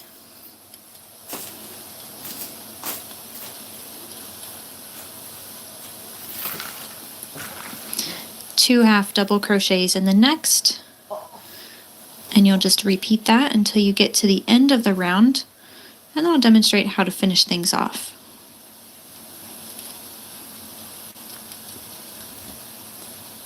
When you've made it to the end of your round, at this point here you'll have a total of 14 half double crochets. Now that doesn't count this chain 2 initially. Just go ahead and double check that you have the correct number of half double crochet posts, and then stitch 15 and 16 we're going to work next. So we see this space right here. That's where we're going to work our 15th half double crochet. And then I mentioned that the chain 2 is going to count as technically our last half double crochet of the round. So that makes number 16. So we'll find the second chain and join with the slip stitch there. For round number 3, we're going to start with a chain 2. And this round we're going to increase again, but we need to change the increments that we're increasing. So in the previous round we increased every single stitch. Well, for round 3, we're going to increase every other stitch. So I'm going to locate my first post right here. That's where I'm going to work 2 half double crochets.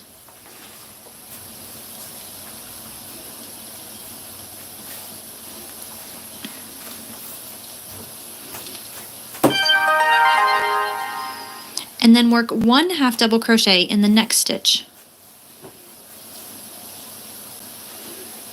2 in the next,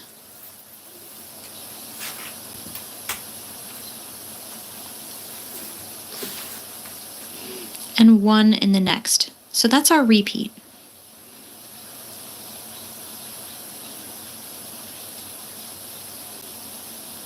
At the end of round 3, you should end up with 2 half double crochets in the last stitch, and then we're going to join with the slip stitch to our second chain. Now again, we're counting this chain as a stitch, but it's technically the last stitch of our round. So we need to have a total of 24 stitches at the end of this round, including this chain 2. And that's it for round 3. Moving on to round number 4, we're going to chain 2. And this round, we're not going to increase. At the end of round 4, you're going to have a total of 24 stitches. You'll find your second chain and join with the slip stitch there. To begin round 5, we're going to chain 2. And this round, we're going to increase again. We're changing the increments that we're increasing in. So we increased every other stitch back in round 3. This time we're going to increase every third stitch. So I'm counting my chain 2 as a stitch. I'm going to find my first post and make 2 half double crochets there.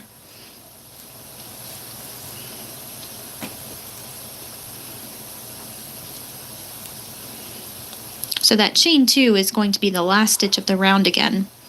Now you'll just make 1 half double crochet into each of the next 2 stitches.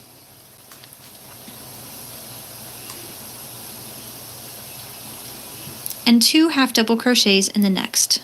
2 half double crochets, then we'll work a half double crochet in that last stitch, and we'll join with a slip stitch to the second chain.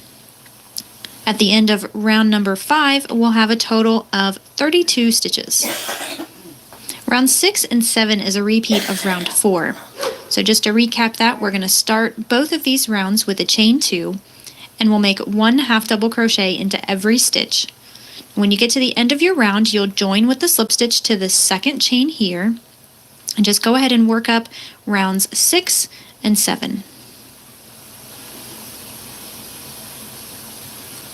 Once you finish up round 7, we've basically completed the toe of our stocking. We're moving on now to the foot. So we're going to sort of break this down into different sections. We have the toe, the foot, we'll move on to the heel, and then the upper part of the stocking. So with round number 8, we're going to begin our new stitch pattern. We're going to be working with double crochet stitches now. So we want to chain 3.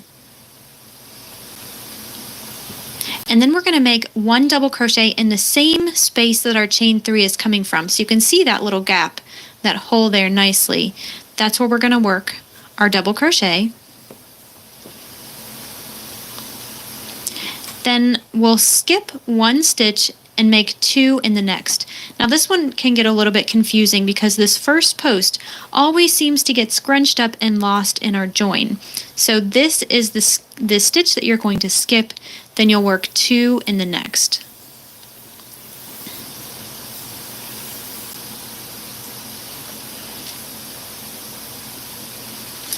And that's our repeat. We'll skip the next stitch, work 2 double crochets in the next, and just repeat that until you get to the end of the round.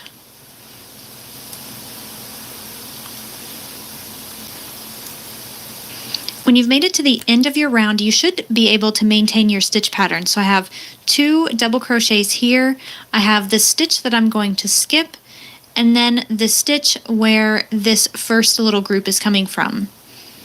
So you're going to insert your hook just in the space in between your chain 3 and your first post, and that's where we're going to join with the slip stitch to finish the round. Rounds 9 through 14 are all going to be worked the same, so let's have a look at that next. We're going to begin the round with a chain 3, and then we'll double crochet in the same space that our chain 3 is coming from.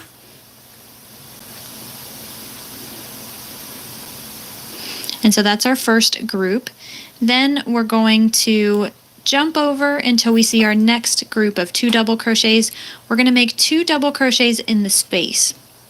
So I'm not working into the stitch, I'm just going in between the 2 posts, and that's where I'm working 2 double crochets. We'll find the next group of 2 and work 2 double crochets in the space between them.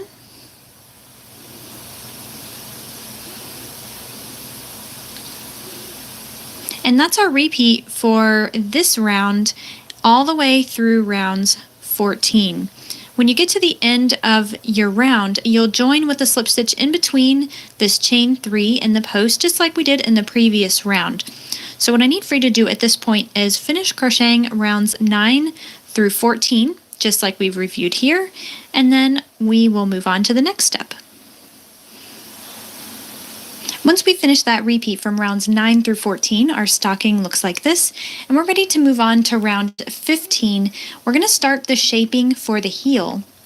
Round 15 begins with a chain 1 and make a single crochet in the same space in between those 2 stitches.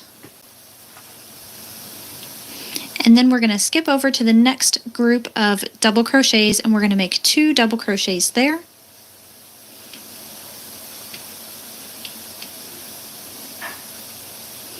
And we just want to repeat that 7 times. So you'll make 2 double crochets in between the next 7 groups of 2 double crochets.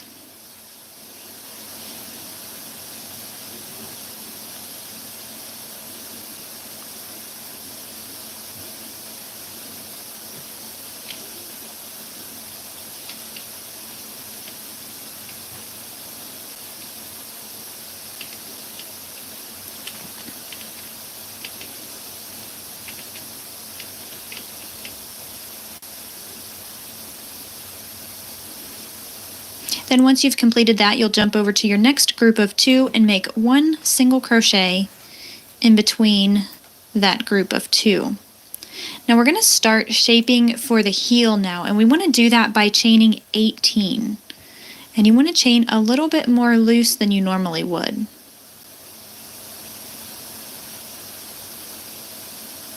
And then once you have your 18 chains, you just want to make sure it's not twisted. And find the end of the round. And what we're going to do is locate our single crochet, the very first stitch of this round, and we're going to join with the slip stitch there.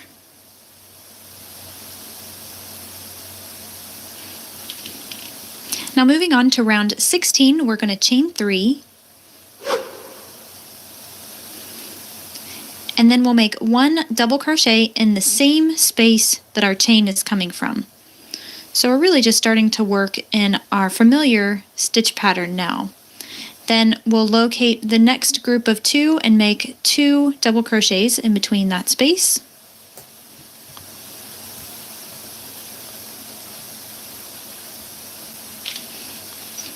And then we just want to repeat that 7 more times. So make 2 double crochets in between the next 7 groups.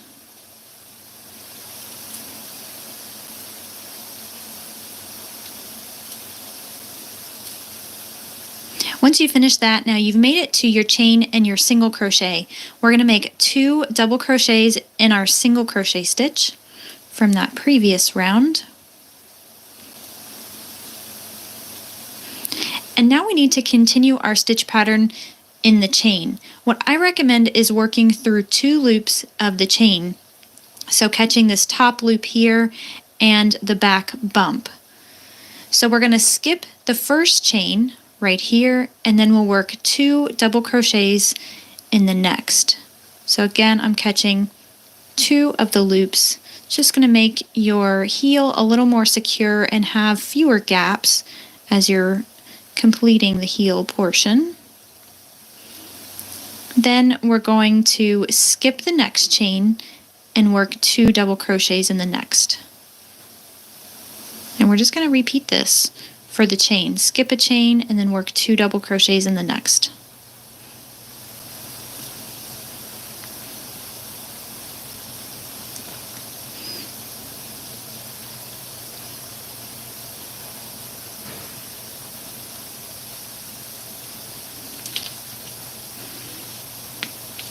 When you get to the end of your chain, you should end up making 2 double crochets in the last chain. So I'm skipping this one, working 2 in my last chain.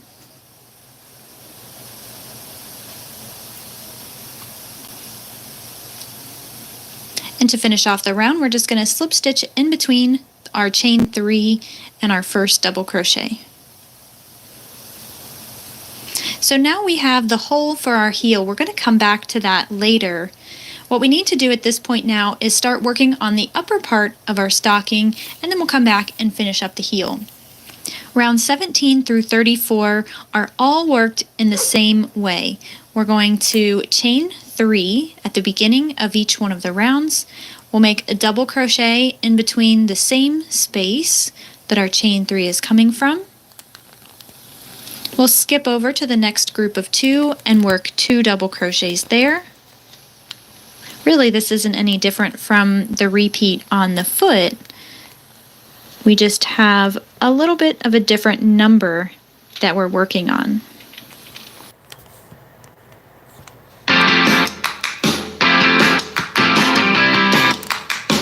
Hi there, and welcome to Yarnspiration.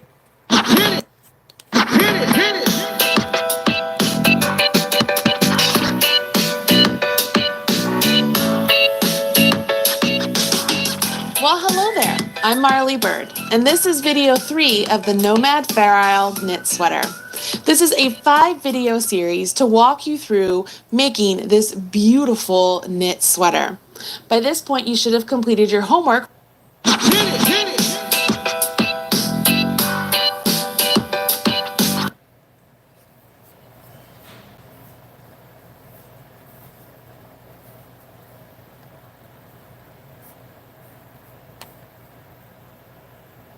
Alright, I just started a sticker business for cheap. A fun way to express your personality. And it's always one thing that I find myself fascinated by. It's the endless designs for stickers. And as an artist, one of the easiest products that you can create to get your art business up and moving. So today, I'm going to be showing you how to design, create, and print and package your own stickers to start your own sticker business step by step.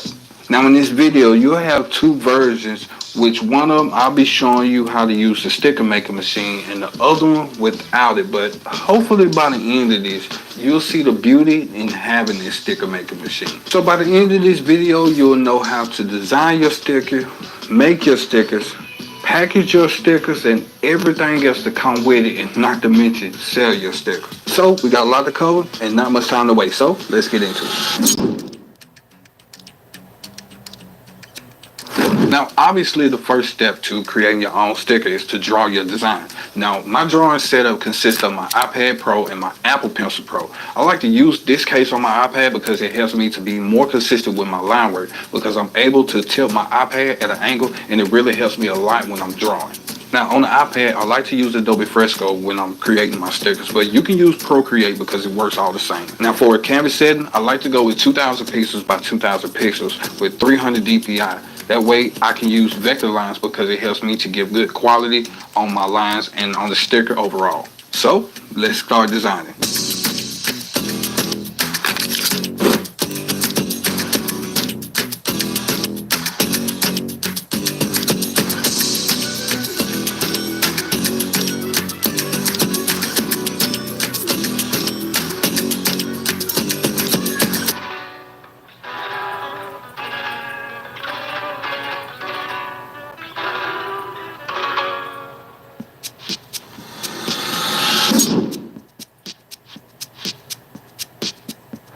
Now, there are a lot of sticker making machines that's out there, but for me, I like to use the Cricut Joy Extra.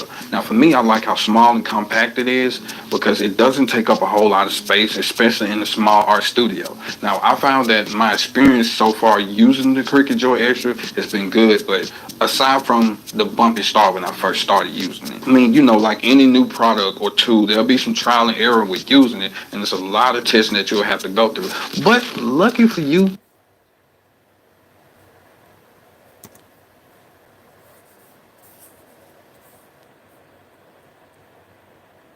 In today's tutorial, let's do the Easy Pleasy blanket, another free pattern available by yarnspirations.com.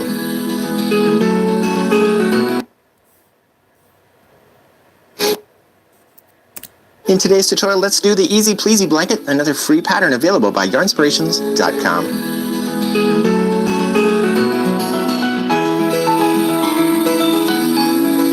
Welcome back to the Crochet Crowd as well as yarnspirations.com. I'm your host, Mikey. Today we're going to work on the Easy Pleasy blanket. This really is easy pleasy. It's using Bernat blanket yarn, a very, very popular yarn. This will whip up real quick. Only requires 4 balls of the 300 grams for the Bernat blanket. And let me show you what those look like.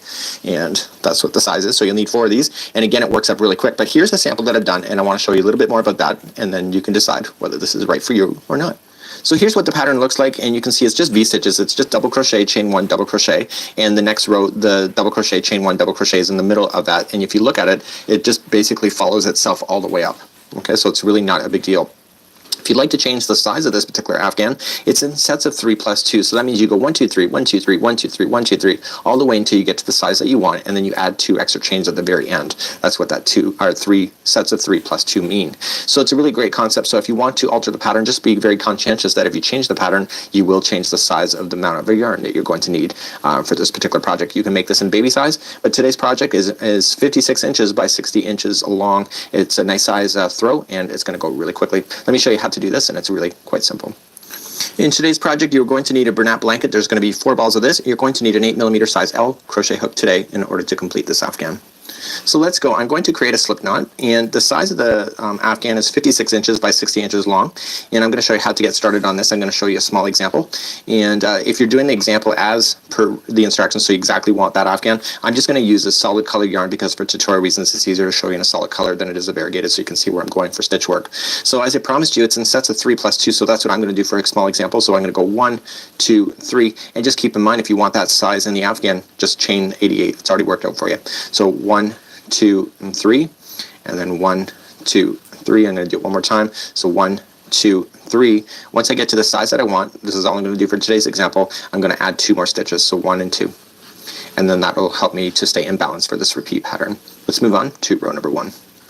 Row number 1, we are going to start establishing the single or double crochet, chain 1, double crochet. So it says to go 5th chain from the hook. So we're going to count back. So we're going to say this is 1. So it's right. It's not this one. So it's 1, 2, 3, 4, and 5. And that's the one I want. And I want to turn over and get the back hump of that chain.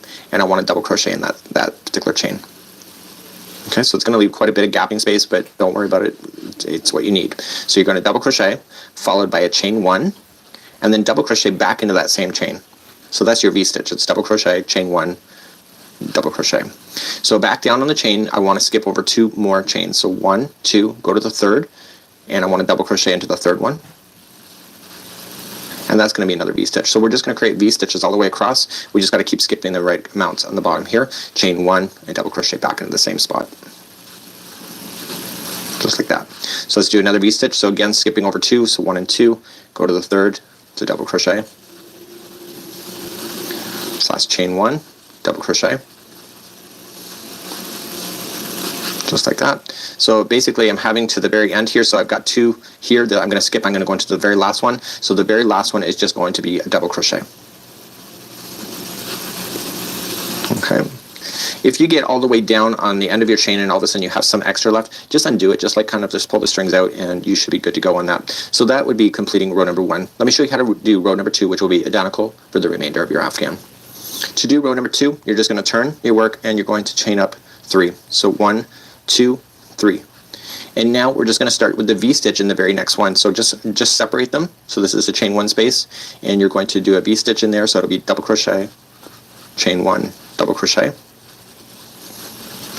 Once you got that done, just go to the next V-stitch and go right in between.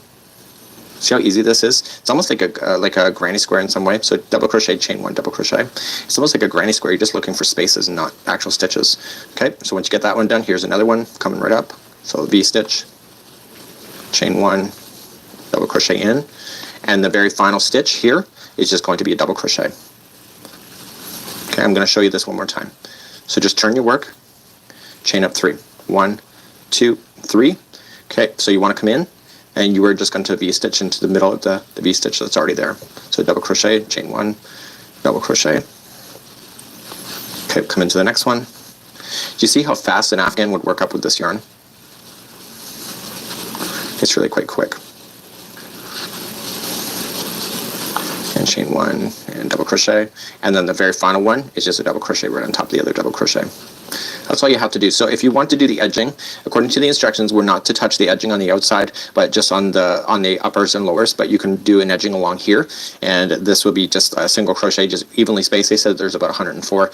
You know, because it is double crochet, I would just like do 2 in the gap, and then 1 here, and then 2 in the gap, and then again keep on going all the way down. So that would be how you complete this particular project. So this is the Easy Pleasy blanket. It really truly is easy pleasing. And until next time, I'm Mikey on behalf of the Crochet Crowd as well as yarnspirations.com. We'll see you.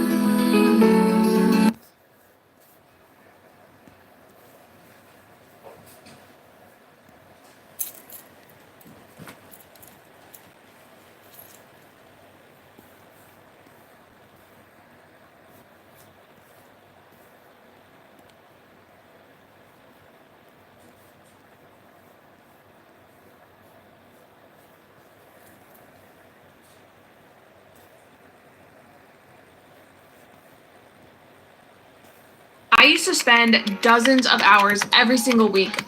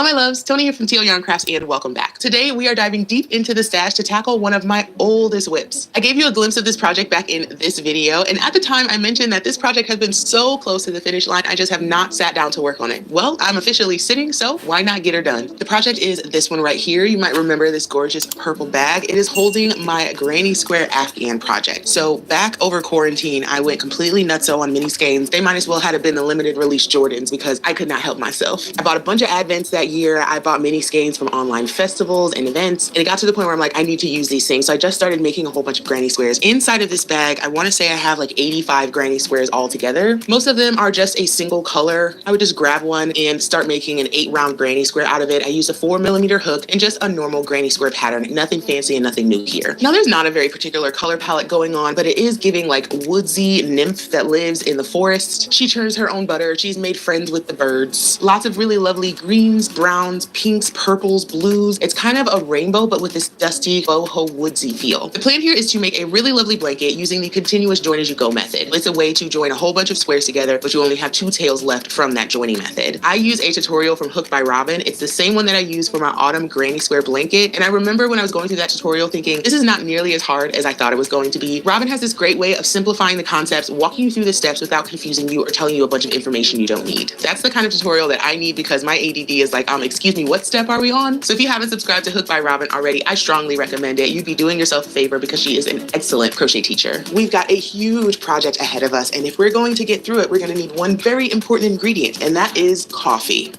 Hey, everybody. I know you've been getting a ton of political fundraising messages lately. I get it. It seems like a lot. But let me give you 3 reasons why I'm asking you to donate to support my friend Kamala Harris. Number 1, people are already casting their ballots. So if you want to help mobilize voters to the polls, the time to act is right now. Number 2, this race will come down to resources. We can't allow the other side to outspend us in battleground states. Which brings me to number 3. Kamala's team is fueled by Americans like you, fighting for a better future, one donation at a time. The power is in our hands. Let's use it.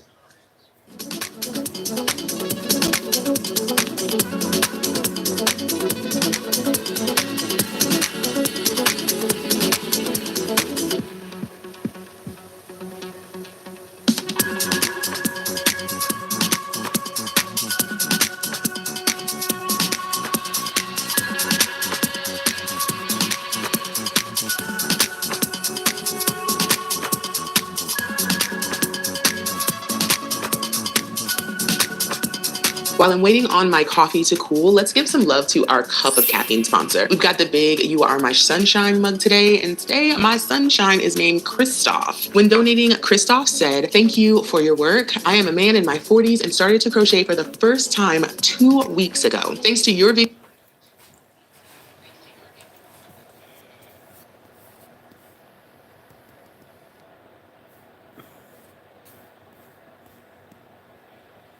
Hi everybody, this is Crystal. So today I'm going to show you how to make this very quick, pretty quick and easy blanket. You can make it a baby blanket size, you can make it throw size, you can make it full size, king size, whatever you want. And it's like I said, it's very easy. As long as you know the basic stitches, you'll be able to do it.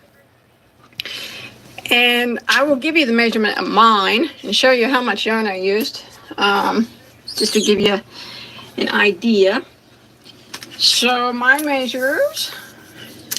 Mine's folded in half because my tables are not that big. Mine measures about 32 inches. One way. And about close to 40 inches the other. So, this is what the stitch looks like. Very easy. Makes little like tiny little poofs ups, I guess. Anyways, let's go ahead and get started and I'll show you the yarn that I used. Okay, for this project, I'm going to be using Caron Baby Cakes. So this is a medium weight number 4, 100% acrylic yarn. No, I'm sorry, 82 acrylic, 18 nylon, medium weight number 4. You do not have to use this yarn. You don't even have to use a medium weight number 4 because I'll give you your chain multiple and you can chain forever if you want your blanket to be. But this is what I use, the color I have in my hand. It's called Lavender. And there are 560 yards per cake, and I went through 2 entire cakes for the size of blanket that I made. So that, and then I'm going to be using a size J, which is a 6mm crochet hook. Okay, so this, like I mentioned, it is a very beginner-friendly project, and it has it's just a 1-row repeat. So the multiple for this stitch, in case you want to make yours bigger or smaller, you're using a different yarn, or you want to use this stitch for something else, it is a multiple of 3, so which your beginning chain needs to be evenly divisible by 3. I'm going to show you on a smaller scale, but for my blanket I chained 123 stitches. So if you're following along with me, and once you get your 123 stitches made, you want to put 2 double crochets in the 3rd stitch from the hook. So we don't count the one that's on our hook, and we count 1, 2, 3. So in that 3rd stitch, you want to put 2 double crochets into it. There's 1, and there is 2, like that. And then we're going to skip 2 stitches, and then we're going to work in the next. So we skip. Now we're going to start the repeat of row 1, and we're going to make a shell into the next stitch. Now the shell is very easy to make. So we skip our 2, and in the next stitch we're going to put 1 single crochet and 2 double crochets into the same stitch. So that's the shell for this pattern. 1 single and 2 doubles into the same stitch is what I'm calling a shell for this pattern. Now we're going to repeat that until we get to the end of the row. So we're going to skip 2 stitches, skip, and we're going to put a shell into the next. So skip 2, and the next we're going to put 1 single crochet and 2 double crochets. There's 1 and there's 2, so that's the shell. Again, skip 2 stitches, skip, and in the next stitch we're going to put 1 single crochet and 2 doubles, so that's the shell, all into the same stitch. And we're going to repeat this pattern until we get to the end of the row. Skip 2, skip, and in the next we make the shell, which is 1 single and 2 doubles. 1 and 2. So go ahead and repeat this pattern all the way until you get to the end, and I'll meet back up with you at the end of the row. Create a home to thrive with designs that fit your style. Discover more at Castlery. This is how to get in shape. This is your body. These balloons represent your internal organs, and these marshmallows represent visceral fat. Am I the only one that didn't know this about? Okay, I've made it to the end. I just did a shell, and I have 3 stitches that remain. I want to skip 2 stitches and put a single crochet into the last stitch. And that'll end row 1, and you should have a total, if you're following along with me, of 40 shells here. 40 of the shells. So now we're going to start row 2, and row 2 is actually the repeat row for the entire blanket. So it's, like I said, it's very, very easy. So we are going to chain 2 and turn our work. And we're going to put 2 double crochets right back into that same stitch. So that single crochet from the previous row, we're going to work 2 double crochets into that spot. So there's 1 and there's 2. And now we're going to skip 2 stitches and we're going to work a shell into the next. So if we skip 2 stitches, skip, the next stitch is going to be the single crochet of the shell from the previous row. So we're going to work a shell into that stitch. So we're going to go into that single crochet there, and work a single crochet and 2 doubles. That's the shell into that same stitch like that. And then we're going to repeat that until we get to the end of the row. So we're going to skip 2 stitches. Yours bigger or smaller, you're using a different yarn, or you want to use this stitch for something else. It is a multiple of 3, so which your beginning chain needs to be evenly divisible by 3. I'm going to show you on a smaller scale, but for my blanket I chained 123 stitches. So if you're following along with me, and once you get your 123 stitches made, you want to put 2 double crochets in the 3rd stitch from the hook. So we don't count the one that's on our hook, and we count 1, 2, 3. So in that 3rd stitch, you want to put 2 double crochets into it. There's 1, and there is 2, like that. And then we're going to skip 2 stitches, and then we're going to work in the next. So we skip. Now we're going to start the repeat of row 1, and we're going to make a shell into the next stitch. Now the shell is very easy to make. So we skip our 2, and in the next stitch we're going to put 1 single crochet and 2 double crochets into the same stitch. So that's the shell for this pattern. 1 single and 2 doubles into the same stitch is what I'm calling a shell for this pattern. Now we're going to repeat that until we get to the end of the row.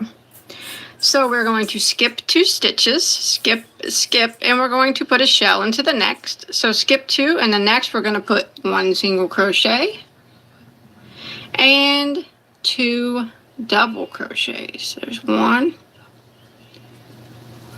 and there's 2, so that's the shell.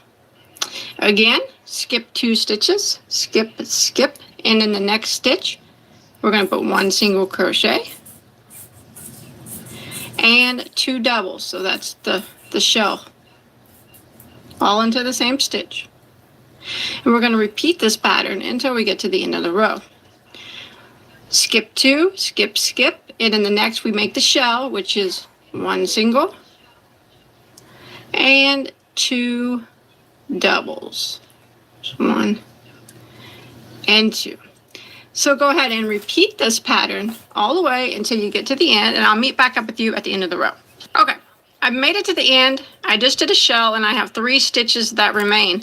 I want to skip 2 stitches and put a single crochet into the last stitch. And that'll end row 1, and you should have a total, if you're following along with me, of 40 shells here, 40 of the shells. So now we're going to start row 2, and row 2 is actually the repeat row for the entire blanket. So it's, like I said, it's very, very easy. So we are going to chain 2 and turn our work. And we're going to put 2 double crochets right back into that same stitch. So that single crochet from the previous row, we're going to work 2 double crochets into that spot. So there's 1 and there's 2. And now we're going to skip 2 stitches, and we're going to work a shell into the next. So if we skip 2 stitches, skip, the next stitch is going to be the single crochet of the shell from the previous row. So we're going to work a shell into that stitch. So we're going to go into that single crochet there and work a single crochet and 2 doubles. That's the shell into that same stitch like that. And then we're going to repeat that until we get to the end of the row. So we're going to skip 2 stitches. So we're skipping the 2 doubles of the previous shell, and in that single crochet of the previous shell, we're going to work a shell. So we're going to work 1 single and 2 doubles into that same stitch. And again, repeat, skip 2 stitches, skip, and in the next, which is the single crochet from the previous row, we work a shell. So single crochet and 2 doubles into that same stitch. And we're going to repeat this until we get to the end of our row.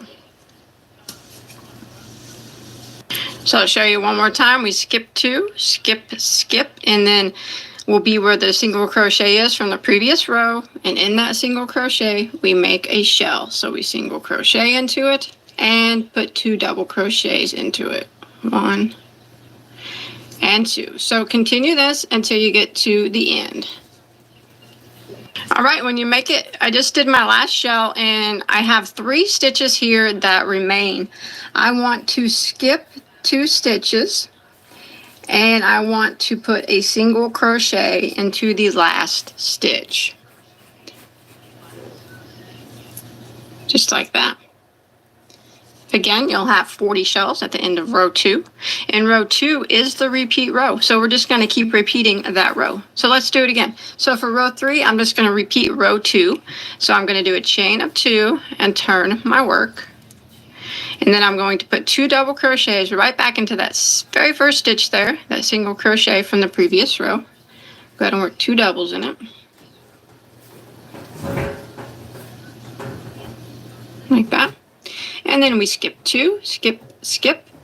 And in the next stitch, which is the single crochet from the previous row, we work a shell. So we're going to work a single crochet and 2 doubles into that same spot. Again, skip 2 stitches, skip, skip, and in the next stitch, which is a single crochet from the previous row, we're going to work a shell. So we're going to go into it and single crochet and 2 doubles into the same stitch. So I'm just repeating what I did on row 2 until I get to the end of the row. And when you make it to the end here, I just did my last shell and you're at your last 3 stitches. You want to go ahead and single crochet into this last stitch here. It's actually that chain 2 that we started with, the single crochet into the top of it. There we go, 40 shells still, if you're following along with me. That's it. We're just going to keep repeating row 2 and you repeat it until you get your blanket as long or as tall or as wide as you want it to be. This pattern can be worked either way. The shells look good running this way or even this way. It looks good both ways. Okay, like I said, I went ahead and I worked until I reached about 32 inches. You can make it longer, of course, wider, like I said, just in multiples of 3 for your beginning chain. And that's it. Now, if you want, I actually just did it until I ran out of 2 of my counter kicks, and then it made it about 32 inches tall. And if you want to make it, I put a border on it. I'm not going to put a border on it. I think it looks fine without one. Kind of just like a simple, really simple blanket. No border, no anything. But if you did want to put a border, maybe a simple single crochet border with the same color, or maybe, you know, anything you really want. You know, like I really prefer mine. I think this blanket being such a simple pattern and it has quite a bit of texture, even though it's so simple, I'm going to leave it simple and I'm not going to border it all. But by all means, you can add a border, single crochet border, you can add a picot border, you can add a shell border, you know, whatever you want to do. If you're a beginner, I would, you know, you can leave it just plain like I am. It makes great gift for somebody, whether it be a large blanket or a baby blanket. So I hope you enjoyed my tutorial and I hope you were able to follow along. Don't forget to give this video a like, thumbs up. Don't forget to subscribe and check out all my other tutorials. Seniors don't pay for groceries, and here is why. Listen, there's something they don't want you to know, but I'm here to spill the beans. Every American senior who hasn't grabbed their complimentary $2,287 food benefit is running out of time. You got just 12 hours left before you miss out on this amazing offer. Imagine not having to stress about grocery bills.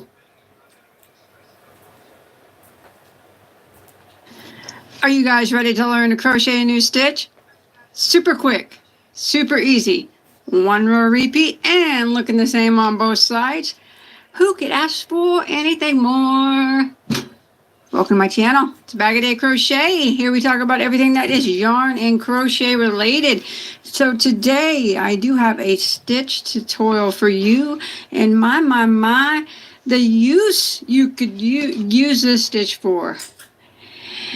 is endless, really, if you think about it. So this is the double crochet duo stitch. Super simple, super easy. You know how to double crochet? I'm going to show you how to do this.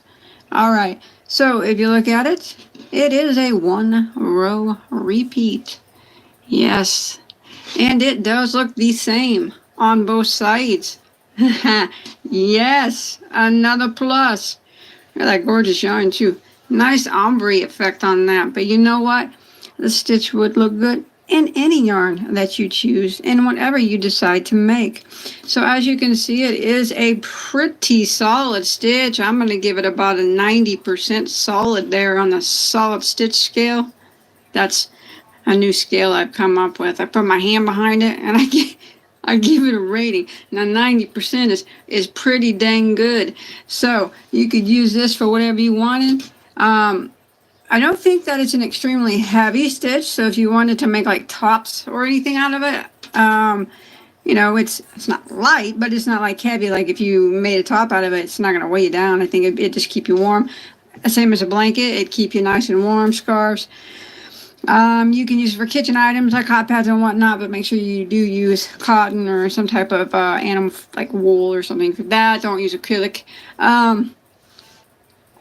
Anything. Let's do it. Enough with the talk, right? I just like that green ombre. Gorgeous. All right, let's move this to the side. All right, for this particular stitch tutorial that I'm getting ready to show you, I did use a red heart. Good old red heart ombre, which is a medium weight number 4, 100% acrylic, and the color I used is called a green apple. Green apple, but you use whatever yarn you want in any weight that you want, in any color that you choose, in any fiber that you wish, depending on what you're making with the double crochet duo. And then for the purpose sample here, that stitch I am using a size I, which is a 5.5 millimeter crochet hook. So this stitch, the double crochet duo, is made in any odd number of stitches. So we're going to go ahead and start with a slip knot on our hook, just like that. Beautiful. Now we're going to chain in odd numbers until you get to your desired length. Doesn't matter, whatever you're making. Whether it be a scarf, you know, I usually do my scarves 6, 8, 10 inches. Hey, I even do them 12 sometimes. It really just depends. Blankets, you know, you got to do quite a few more chains for a blanket, you know, but whatever it is you're making, you chain in an odd number until you get to your desired length. All right, and then I'll show you what we're going to do next. All right, so on a lot of my stitch tutorials, I will start with a base row of single crochet or double crochet. I'm not going to do that this time. So we're just going to do we're going to be working a double crochet 2 together. You never done that before? That's okay. I'll show you how to do it right now. So we're going to do the double crochet 2 together, which is worked over 2 stitches. Okay, and then we're going to start the first one in the 4th chain from our hook. So we don't count this when it's on our hook. We go 1, 2, 3, and 4. So we're going to yarn over and go into that 4th chain, and we're going to draw up a loop. And you see we got 3 loops on our hook. We're going to yarn over and go through the first 2 loops, and that leaves 2 loops on our hook. Now we're going to yarn over and go into the next stitch and draw up a loop. Got 4 loops on your hook. We're going to yarn over and go through the first 2. We got 3 loops that remain on our hook. We're going to yarn over and go through all 3, and you just did a double crochet 2 together. Now this chain right here on the end, he counts as just a regular double crochet by himself, all right? So now we're going to start the repeat here of row 1. We're going to do double crochet 2 togethers all the way across, but we're going to start the next one right here in the same stitch that we just finished this one. Start, then we're going to do double himself. Our chain right here on the end, double crochet, and on our start to do it right now. 2 together. I'm going to do towards with the double crochet duo, and then for the purpose sample here, the stitch I am using a size I, which is a 5.5 millimeter crochet hook. So this stitch, the double crochet duo, is made in. Do you know the US Solar Company's nasty little secret? It turns out if you live in New York, they have to give you solar panels for absolute any odd number of stitches. So we're going to go ahead and start with a slip knot on our hook, just like that. Beautiful. Now we're going to chain in odd numbers until you get to your desired length. Doesn't matter, whatever you're making. Would it be a scarf? You know, I usually do my scarves 6, 8, 10 inches. Hey, I even do them 12 sometimes. It really just depends. Blankets, you know, you got to do quite a few more chains for a blanket, you know, but whatever it is you're making, you chain in an odd number until you get to your desired length. All right, and then I'll show you what we're going to do next. All right, so on a lot of my stitch tutorials, I will start with a base row of single crochet or double crochet. I'm not going to do that this time. So we're just going to do we're going to be working a double crochet 2 together. You never done that before? That's okay. I'll show you how to do it right now. So we're going to do the double crochet 2 together, which is worked over 2 stitches. Okay, and then we're going to start the first one in the 4th chain from our hook. So we don't count this one that's on our hook. We go 1, 2, 3, and 4. So we're going to yarn over and go into that 4th chain, and we're going to draw up a loop. And you see we got 3 loops on our hook. We're going to yarn over and go through the first 2 loops, and that leaves 2 loops on our hook. Now we're going to yarn over and go into the next stitch and draw up a loop. Got 4 loops on your hook. We're going to yarn over and go through the first 2. We got 3 loops that remain on our hook. We're going to yarn over and go through all 3, and you just did a double crochet 2 together. Now this chain right here on the end, he counts as just a regular double crochet by himself, all right? So now we're going to start the repeat here of row 1. We're going to do double crochet 2 togethers all the way across, but we're going to start the next one right here in the same stitch that we just finished this one in.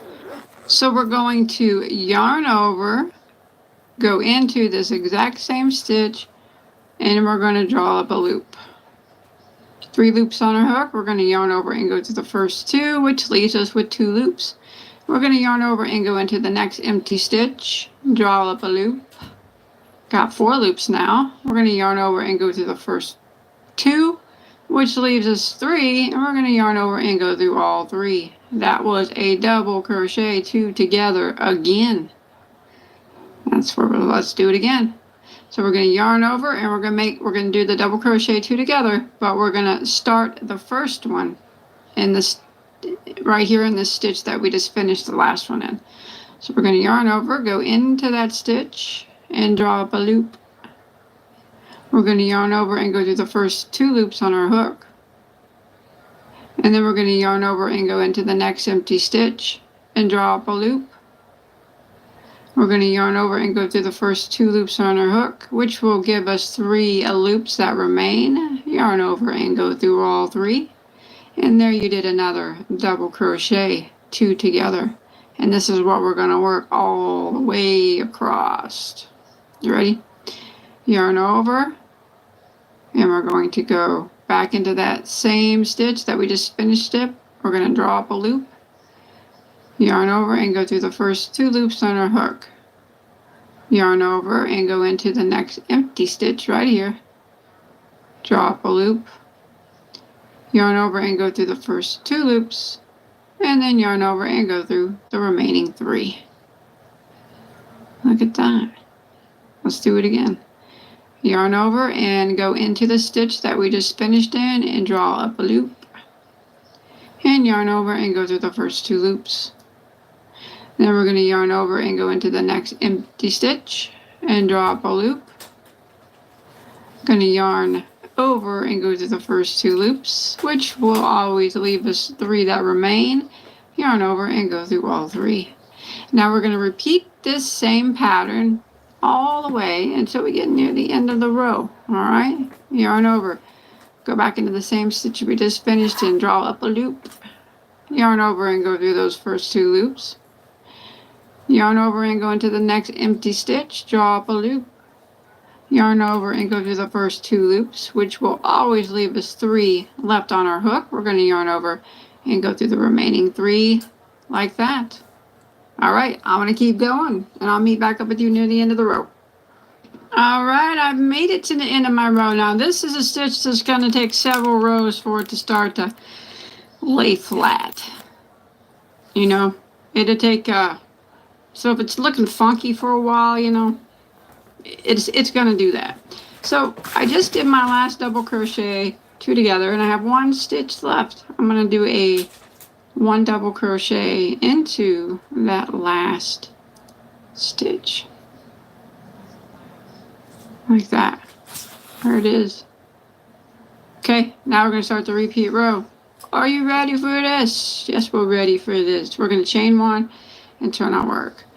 Now we're going to do the double crochet, just 1 double crochet right back into this very, very first stitch. So that chain 1 we just did does not count as a stitch.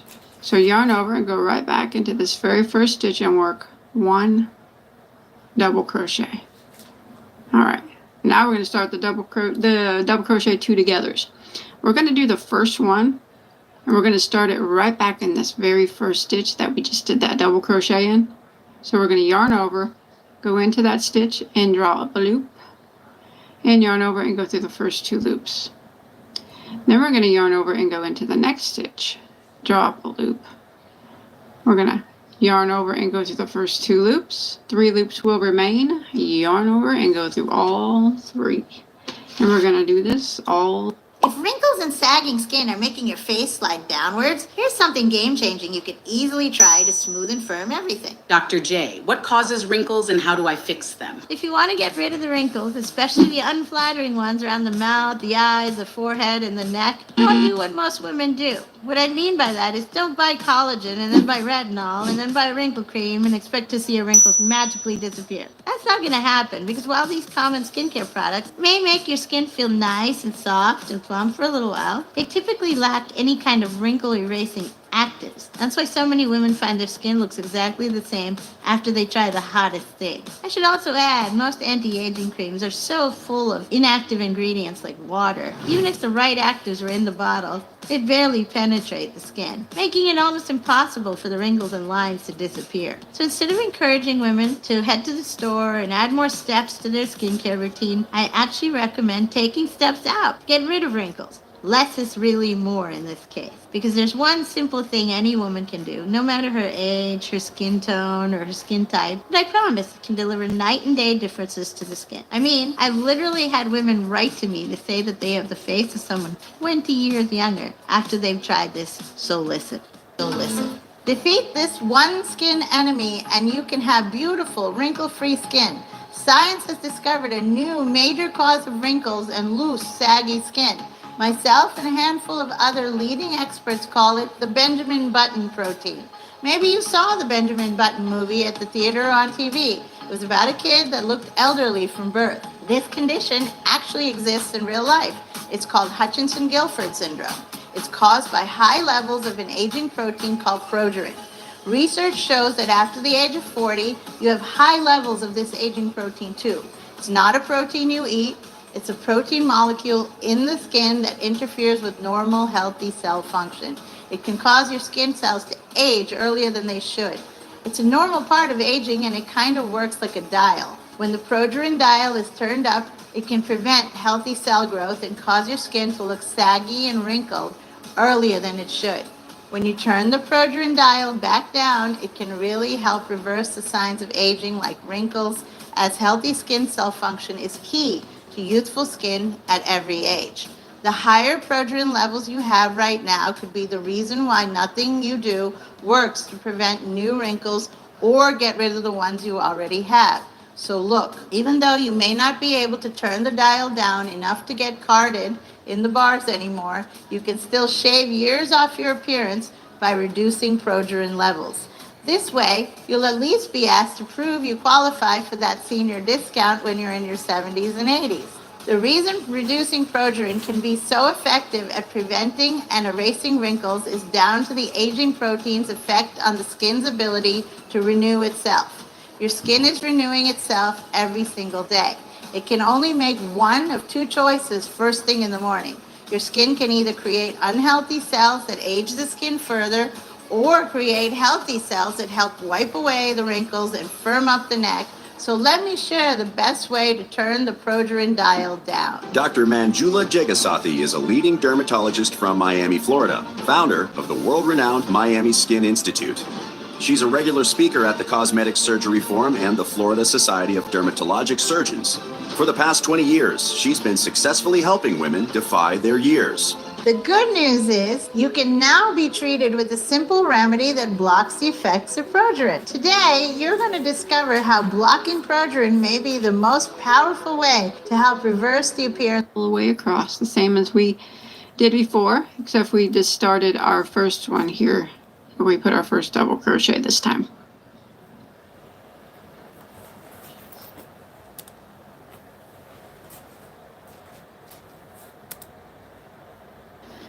Are you guys ready to learn to crochet a new stitch?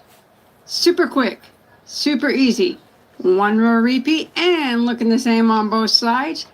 Who could ask for anything more? Welcome to my channel. It's Bag a Day Crochet. Here we talk about everything that is yarn and crochet related. So today I do have a stitch tutorial for you, and my, the use you could use this stitch for is endless, really, if you think about it.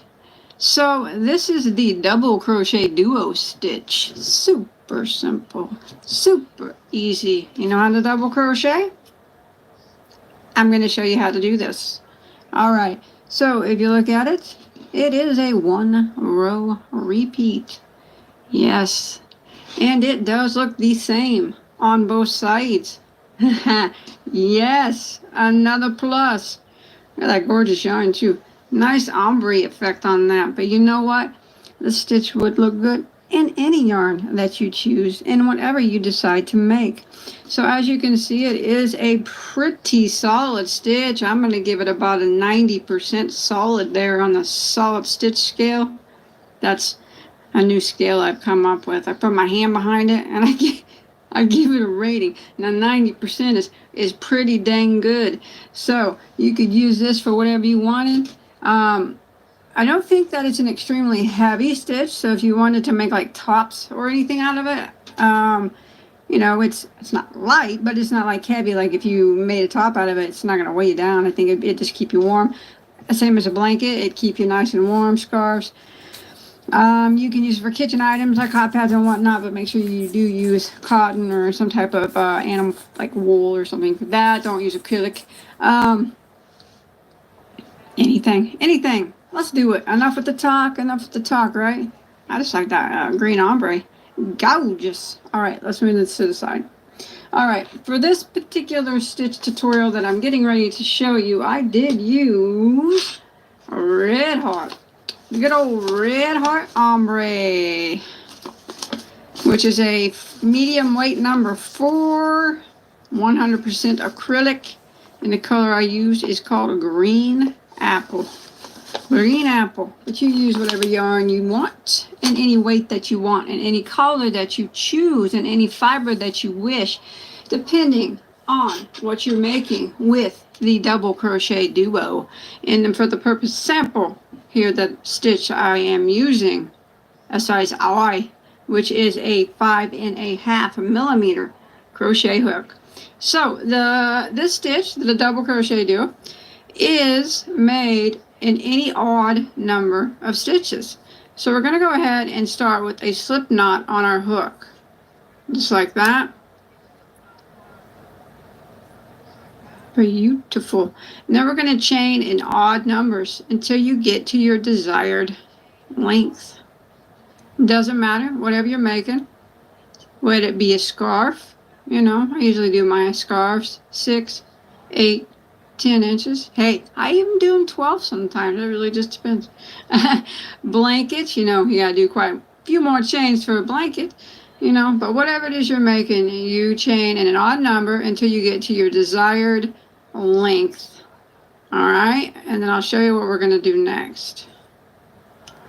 All right, so on a lot of my stitch tutorials, I will start with a base row of single crochet or double crochet. I'm not going to do that this time. So we're just going to do we're going to be working a double crochet 2 together. Never done that before? That's okay. I'll show you how to do it right now. So we're going to do the double crochet 2 together, which is worked over 2 stitches. Okay, and then we're going to start the first one in the 4th chain from our hook. So we don't count this when it's on our hook. We go 1, 2, 3, and 4. So we're going to yarn over and go into that 4th chain, and we're going to draw up a loop.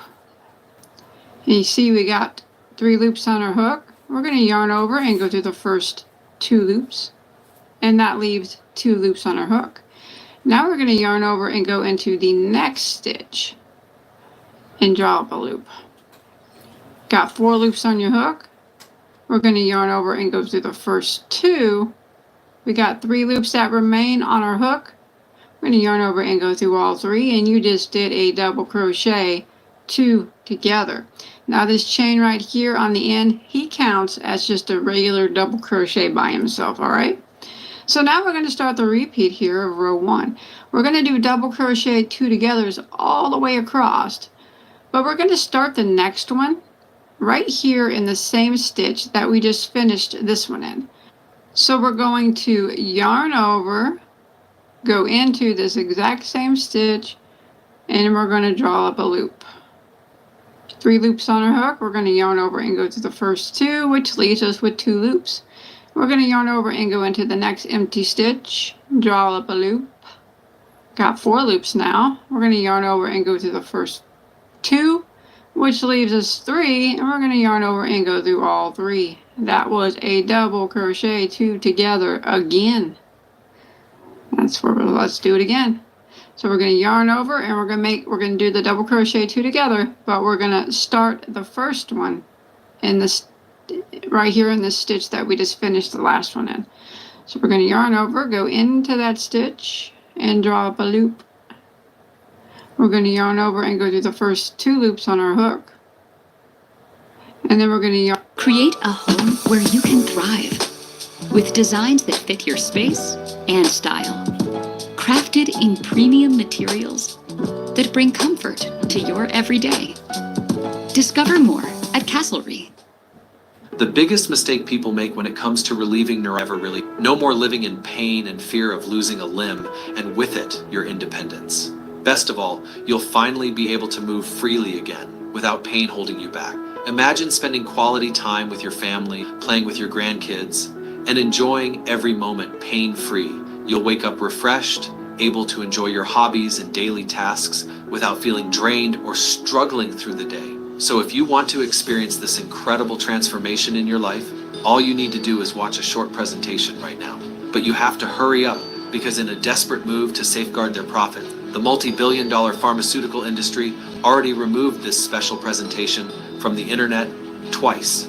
So it's uncertain how long this invaluable information will remain available. That's why you really need to click the button below before it's too late.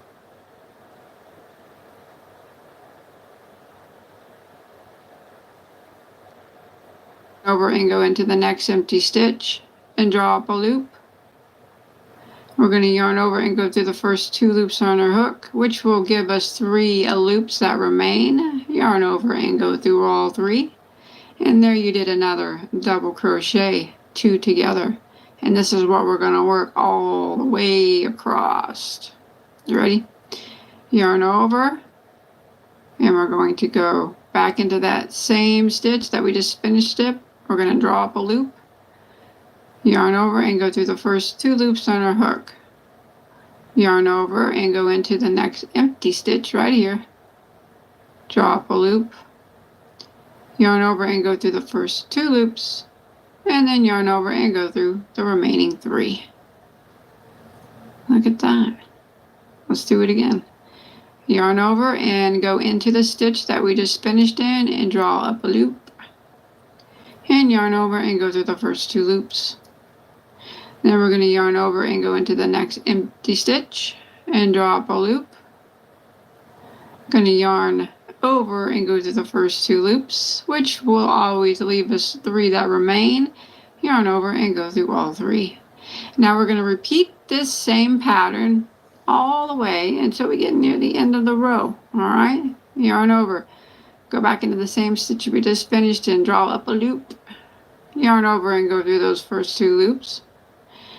Yarn over and go into the next empty stitch, draw up a loop. Yarn over and go through the first 2 loops, which will always leave us 3 left on our hook. We're going to yarn over and go through the remaining 3 like that. Alright, I'm going to keep going, and I'll meet back up with you near the end of the row. Alright, I've made it to the end of my row. Now this is a stitch that's going to take several rows for it to start to lay flat.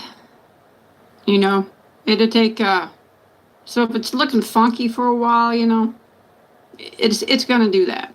So I just did my last double crochet, 2 together, and I have 1 stitch left. I'm going to do a 1 double crochet into that last stitch. Like that. There it is.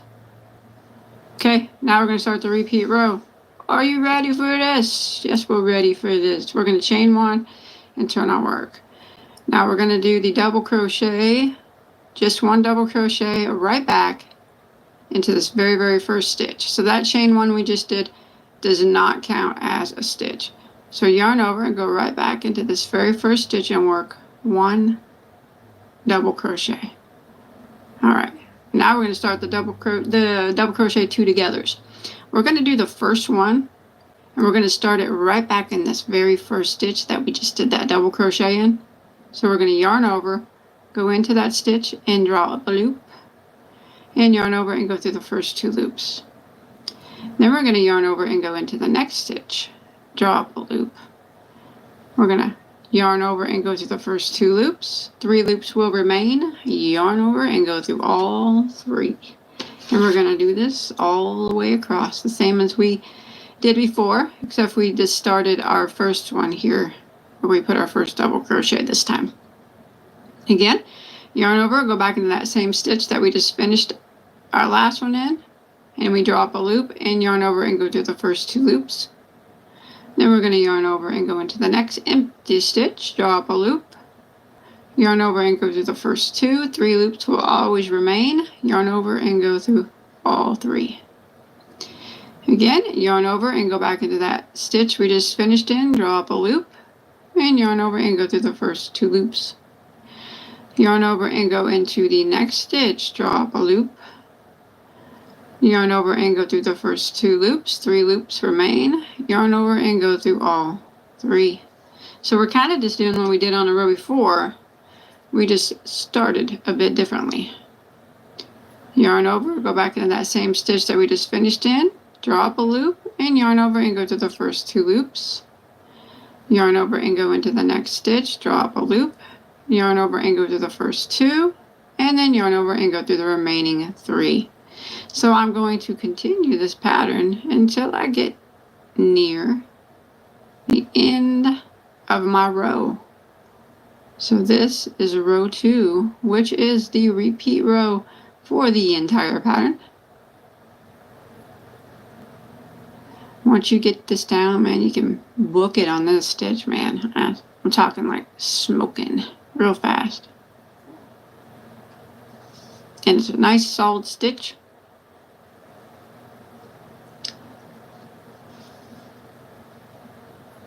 Alright, I'll meet back up with you the last stitch of our row, alright? Alright, I have made it to the end of row 2. I did my last double crochet 2 together, and I do have 1 stitch that remains. You will always have 1 stitch that remains. go right into it and put a double crochet. And remember I said this chain here counts as a double crochet. This is the only row that there'll be a chain here, but we'll just count it as a stitch, and you just double crochet into the last stitch, and that ends row 2, and that ends the repeat row. So for row 3, we're just going to repeat what we did for row 2. We're going to chain 1 and turn our work, and we are going to double crochet right back into that very first stitch. And then we're going to start doing our repeat, our double crochet 2 togethers. We're going to yarn over, and our first one gets started in this very first stitch here that we just double crocheted into.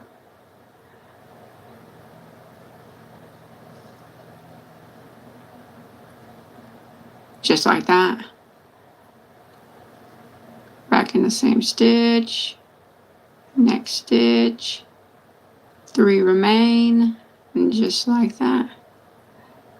We're going to work this all the way across. We're just repeating row 2.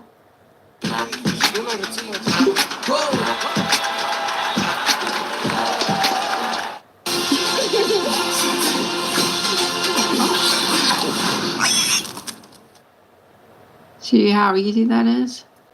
It's super easy, super simple, super quick. Great practice for the beginner. Something super fun and quick for the advanced. You know how it goes. It's just one of those stitches, you know. It's got a lot going for it. Alright, I'm going to show you one more time how to end this row, okay? Alright, I come to the end of row 3. Remember, it's just a repeat of row 2. And you always have 1 stitch left. And what we do is this, we just put 1 double crochet into that stitch. And that's it. You just keep repeating row 2. Remember I said it would take a few rows for it to start, you know. I guess it doesn't look bad now, but this is the one thing that you remember: when you end a row, it's 1 double crochet into the last stitch, okay? But when you start a row, you chain 1 and turn, and you put a double crochet into the first stitch. But you also start your double crochet 2 together into that same stitch. All right. So when you end a row, it's just a double crochet by itself. But when you start a row, it's the double crochet first, and then you do your double crochet 2 together. You start that in the same stitch. And other than that, I mean, I'll just let it speak for itself. It's quick. It's easy. Well, it's 1 row. It's pretty 90% solid. After a few repeats, you got something that looks gorgeous. So I hope you enjoyed my video. If you did, please hit that subscribe button. It's free to subscribe. It does not cost anything. All my videos are completely free. And I have hundreds and hundreds, beyond hundreds and hundreds of all crochet tutorials. I have anything.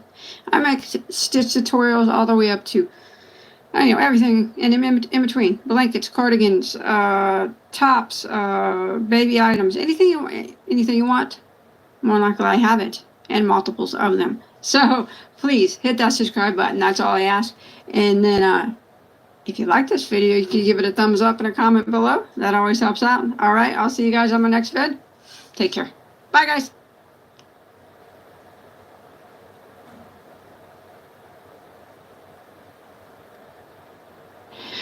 Hi, everybody. Are you guys ready to learn a new crochet stitch today? Isn't that a pretty one? So today we're going to be learning how to do the raised brick stitch. So welcome to my channel, Bag a Day Crochet, where we talk about everything that is yarn and crochet related. So if you like that type of thing, please hit that subscribe button.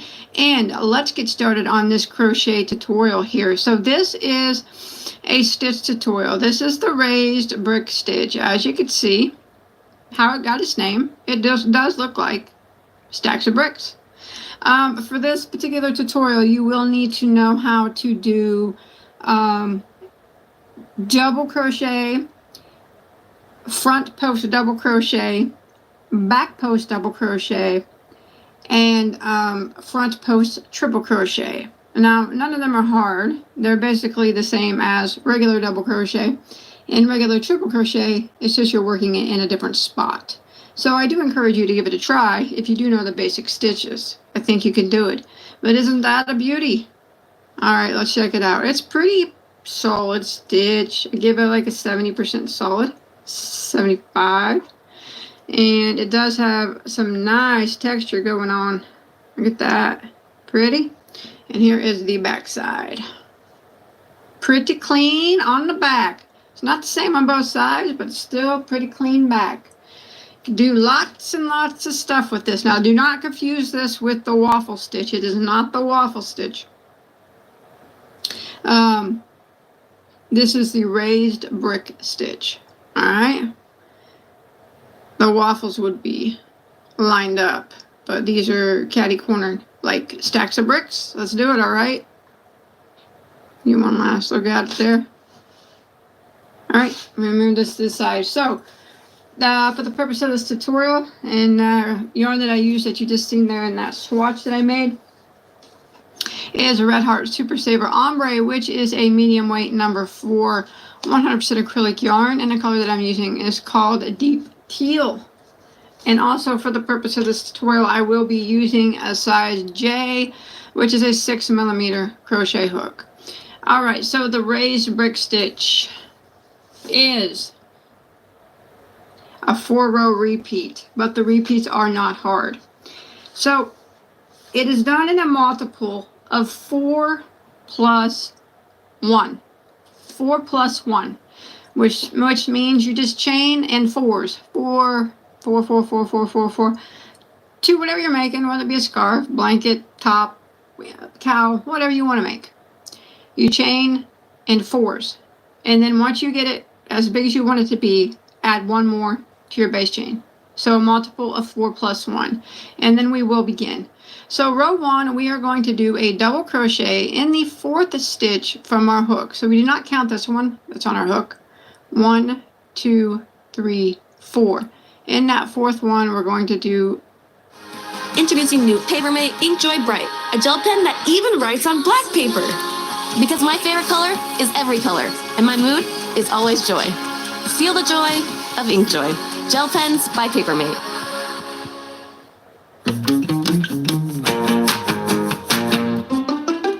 It's got to be tied. A double crochet. All right, so this chain right here on the end, that's going to count as a double crochet. And then we got a double crochet here, and now we're going to work across. We're going to put a double crochet in every stitch of our chain. So row 1 is just 1 double crochet in every stitch until you get to the end of the row. All right, so I've made it to the end of row 1. Now we're going to go ahead and start row 2. We are going to chain 1 and turn our work. Now that chain 1 does not count as a stitch, doesn't count as anything, all right? It's just a turning chain. So we're going to put a double crochet right back here into the very, very first stitch. Just like that. And now what we're going to do is we're going to work a front post triple crochet around the post of the next stitch. Now if you've never done this before, it's actually quite easy. And if you practice it a few times, you'll be able to do it in no time. So we're going to do we're going to yarn over twice like we're going to do a triple crochet. But we're not going to be working into the top of the stitch. We're going to be working around the post of the stitch. So we do, and we're doing a front post. So what that means is we got to go around the post like this. So the post is on the front of our hook, the front side. That's why it's called a front post. And then you grab your yarn and pull it around the post like that, and then you do your triple crochet like normal. And that is a front post triple crochet. And now we're going to start a repeat, and we are going to do a repeat for row 2. We're going to do a double crochet into the next 3 stitches. So just a regular double crochet into the next 3. So there's 1, there's 2,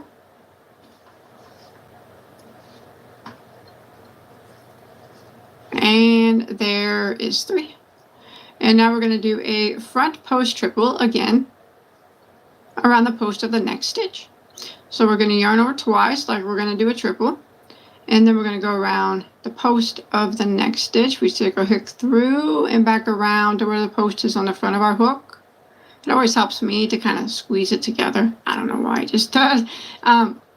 Grab your yarn, pull it through the post, just like that. And then you do your triple crochet like normal. I want to try to keep that as tight as possible. That way it don't get too loose on you. There we go. And then we're going to repeat again. We're going to do a double crochet into the next 3 stitches. I do want to point out though, when you do this front post triple, you will have an empty space back here because we didn't go into the top of the stitch. We went around the post. Don't go into that. Leave it empty. So we actually start our double crochet in the stitch after that. Here we're going to do 3 in a row. So there's 1, 2, and there's 3. And then we're going to do front post triple crochet around the next stitch. So we're going to yarn over twice, go around the post of the next stitch, and work a front post triple crochet. Work that as tight as possible. So we give you a nice clean post stitch, just like that. And then we're going to do a double crochet into the next 3 stitches. And remember, there's that empty stitch behind the post. We don't do anything with that one. All right, we start in the next one. And this is what we're going to repeat until we get to the last stitch of our row. Front post triple into the next.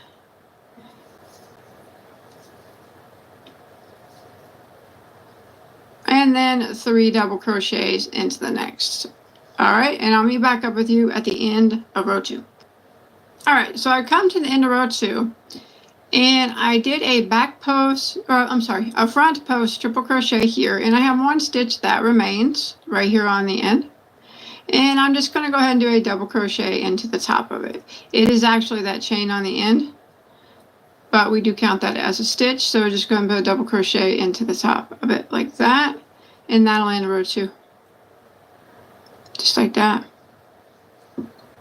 All right, so we're going to start row 3. So rows 3, 4, 5, and 6 are the repeat rows. Like I said, it's a 4-row repeat, but they are very easy to do. So this is the front side of your work. So row 3, which starts the repeat rows, we're going to chain 1 and turn, and this is the back side of our work. So again, that chain 1 does not count as a stitch. So we're going to start off by putting a double crochet into that very first stitch. Just like that. All right, so the next stitch, if you look, you can see that it was a post stitch from before. What we're going to do now is work a back post double crochet around that post stitch. So we're going to yarn over the double crochet, and we're going to go from the back like that, and then back around that post.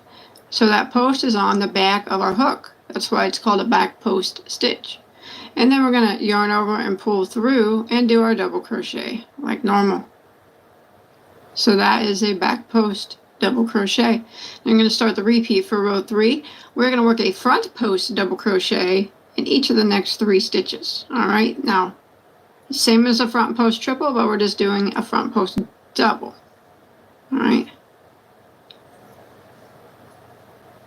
so there's 1,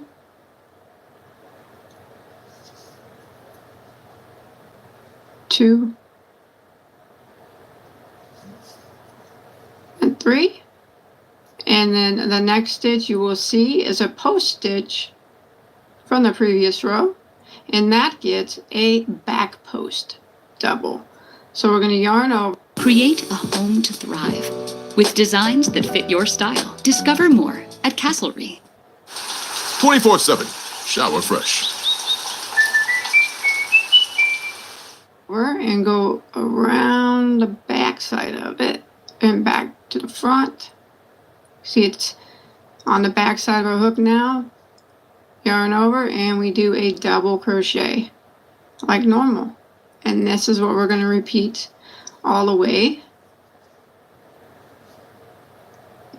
to near the end of row 3. Again, front post double crochet into the next 3 stitches.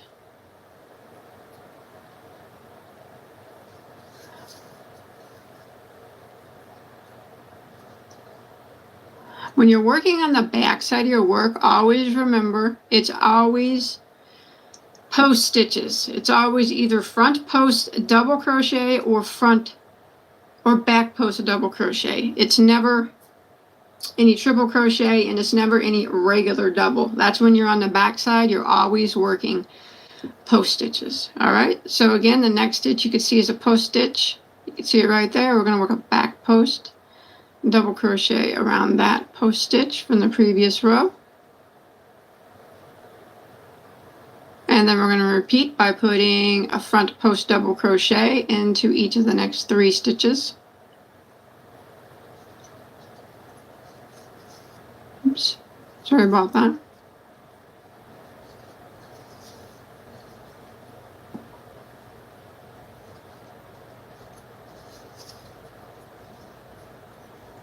And back post double crochet around that post stitch from the previous row.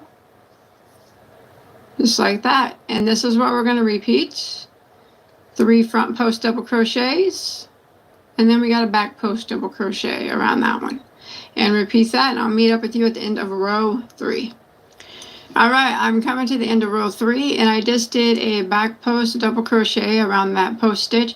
I have 1 stitch here that remains, and I am going to do a regular double crochet into the last stitch. So I guess on the back, you do get a regular double crochet in the last stitch and a regular double crochet into the very first, but the rest are post stitches. All right, so go ahead and end by putting a double crochet into the top of that last stitch. That'll end row 3, and now we're going to start row 4 by chaining 1 and turning our work.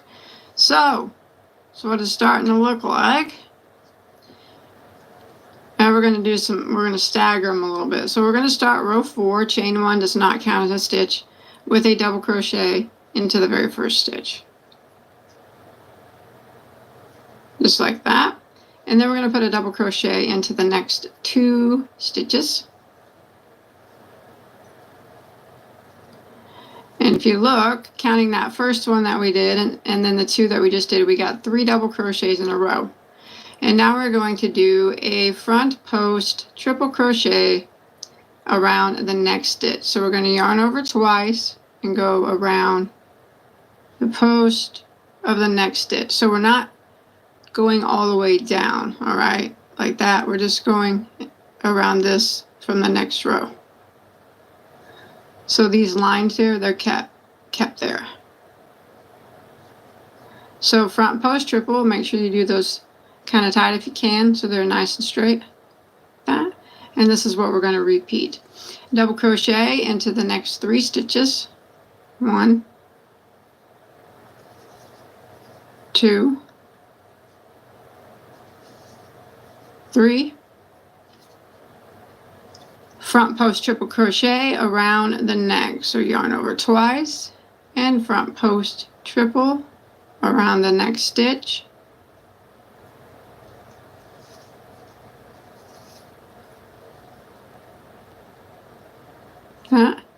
And repeat, double crochet into the next 3. There's 1, 2,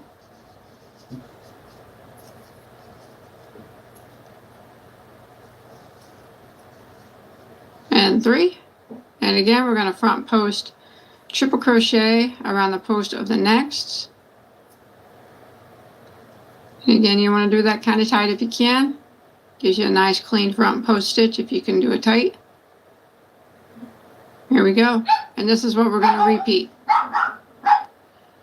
All right, and if you look, you'll see that your bricks, you're starting to get a little bit of a brick stagger look. All right, so let's go ahead and repeat this to near the end. double crochet in the next 3, and then front post triple into the next. All right, and I'll meet back up with you at the end of row 4. All right, so I'm coming to the end of row 4, and I just did a front post triple crochet, and I have 3 stitches that remain. I'm just going to do a double crochet in the remaining 3 stitches, and that will end row 4 like that. And go ahead and start row 5. Maybe it would look better on a lighter color yarn. Anyways, we're going to chain 1, which does not count as a stitch, and turn our work. And we are going to put a regular double crochet into the very first stitch. Like that. And we're going to put a front post double crochet around the next 2 stitches. Front post double. There's 1, 2, and then you'll see the next stitch is a post stitch from the previous row, and we're going to work a back post double crochet around that stitch. Just like that. And now we're going to start the repeat of row 5. We're going to do a front post double crochet into each of the next 3 stitches. So there's 1, 2, 3, and you can see the next stitch is a post stitch from the previous row. We're going to do a back post double crochet around that stitch, and this is what we're going to repeat for row 5. Again, a front post double crochet into the next 3 stitches. There's 1, 2, 3, and you can see the next stitch is a post stitch from the previous row, and we're going to do back post double crochet around that stitch. And we're going to keep repeating this pattern. Front post double crochet into the next 3 stitches.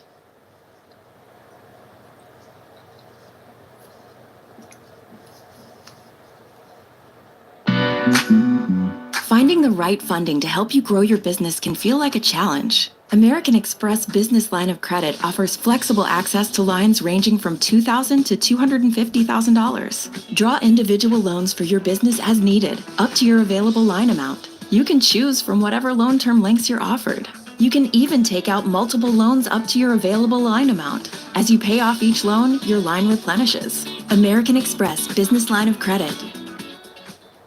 Still congested? Nope. Uh-oh. New Mucinex 2-in-1 Saline Nasal Spray.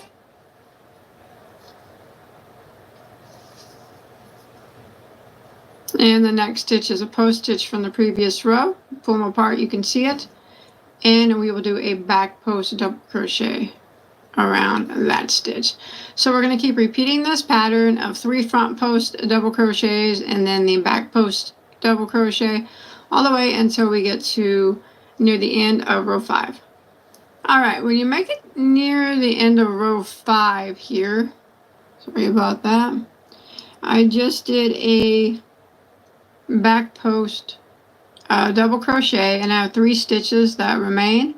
I'm gonna put a front post double crochet in the next 2, and then the last one is just going to be a regular double crochet into the top of it, and that'll end row 5. And we will begin row 6 by chaining 1 and turning our work. Row 6 is the final row of the repeat. That chain 1 does not count as a stitch. So we're going to go ahead and put a double crochet into the very first stitch. Like that. And the next stitch, we are going to put a front post triple crochet around the next stitch.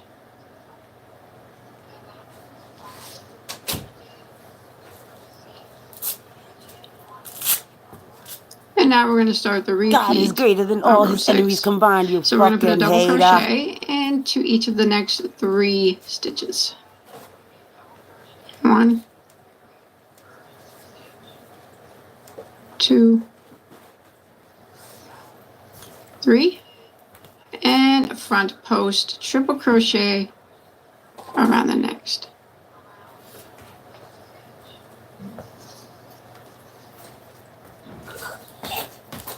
Yay! Repeat, double crochet into each of the next 3 stitches. Yes, boy. And front post triple crochet around the next. I said, oh my father. Shut the fuck up, hater. And this is what we're going to repeat till we get near the end of row 6 again. Double crochet into each of the next 3.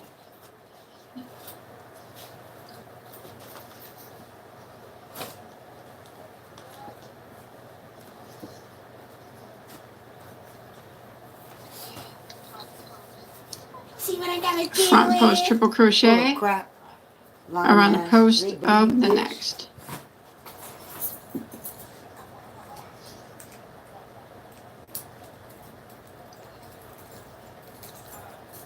Alright, I'm going to repeat this pattern until I get to the end of row 6. Remember, 3 double crochets and then a front post triple. 3 double crochets and a front post triple. And as you can see, you do have the brick there, the raised bricks, and they're in their staggered brick formation. Nice.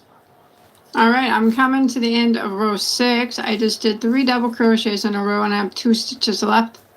I'm going to do a front post triple in my second to the last stitch.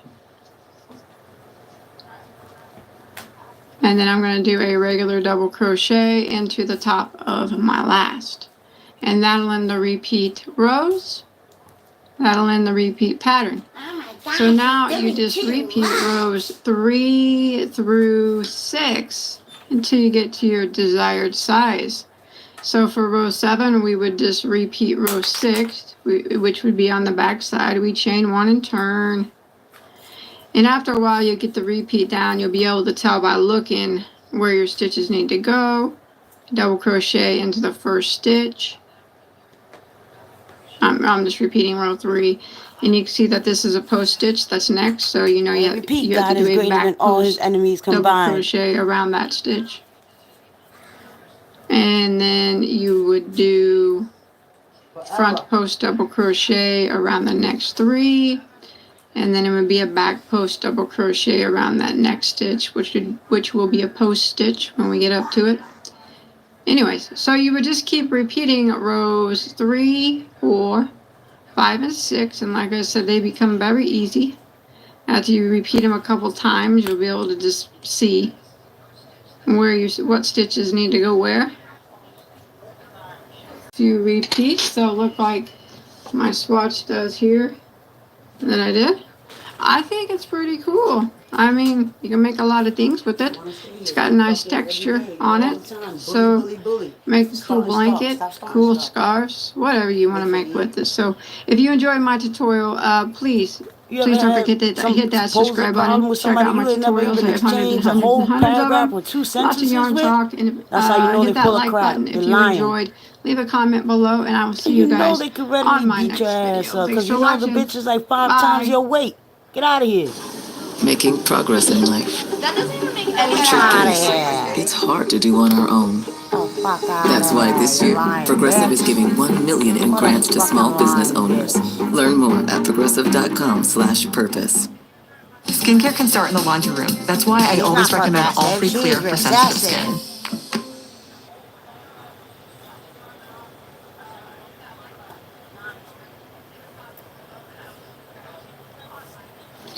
Are you guys ready for another stitch tutorial? Yes! Of course you are. Of course you are. You can use these stitches for anything. So you need a good library of stitches in your head. So today, I'm going to be teaching you how to crochet the double crochet trio stitch It's beautiful. It's easy. It's a 2-row repeat. Simple, simple, simple. And it looks the same on both sides. Isn't that gorgeous? So it's made with, as it states, the double crochet trio. It's made with 3 stitches, the single, the half double, and the double. If you know how to do those, you got this down. All right, so you'll need to know how to do those basic stitches. So when you look at it, it is a little bit of a textured stitch, and on a see-through rating, that's a good 90% right there. That's nice. That's a pretty nice solid stitch. It's still pretty lightweight though, you know what I mean? It's drapey still, even though it's solid, because the texture that it gives off is made with those 3 simple stitches. It's not made with like thick baubles or nothing, so you see that? It's a mild texture, but when you lay it out, it looks like an even heavier one, and that's nice. I liked it a lot. Same on both sides. Everything you can do with this, well, sky's the limit, you know? Whatever you can imagine, you can create. I think it, you know, side's pretty straight here, pretty straight here. I think it'd be great for blankets. I think it'd be great for tops. I think it'd be great for scarves, you know, anything. It's great for anything. If you want to use it for anything in the kitchen, make sure that you do use probably some type of cotton or animal fiber. You don't want to use acrylic. But other than that, sky's the limit. So the yarn and hook that I used for this swatch right here, you will find in the description box. All right, and I'm going to go ahead and show you how easy and quick and fun it is to make the double crochet trio. All right, let's do it. I'm going to set that to the snakes side. in the gardens. That's how they get to so pretty.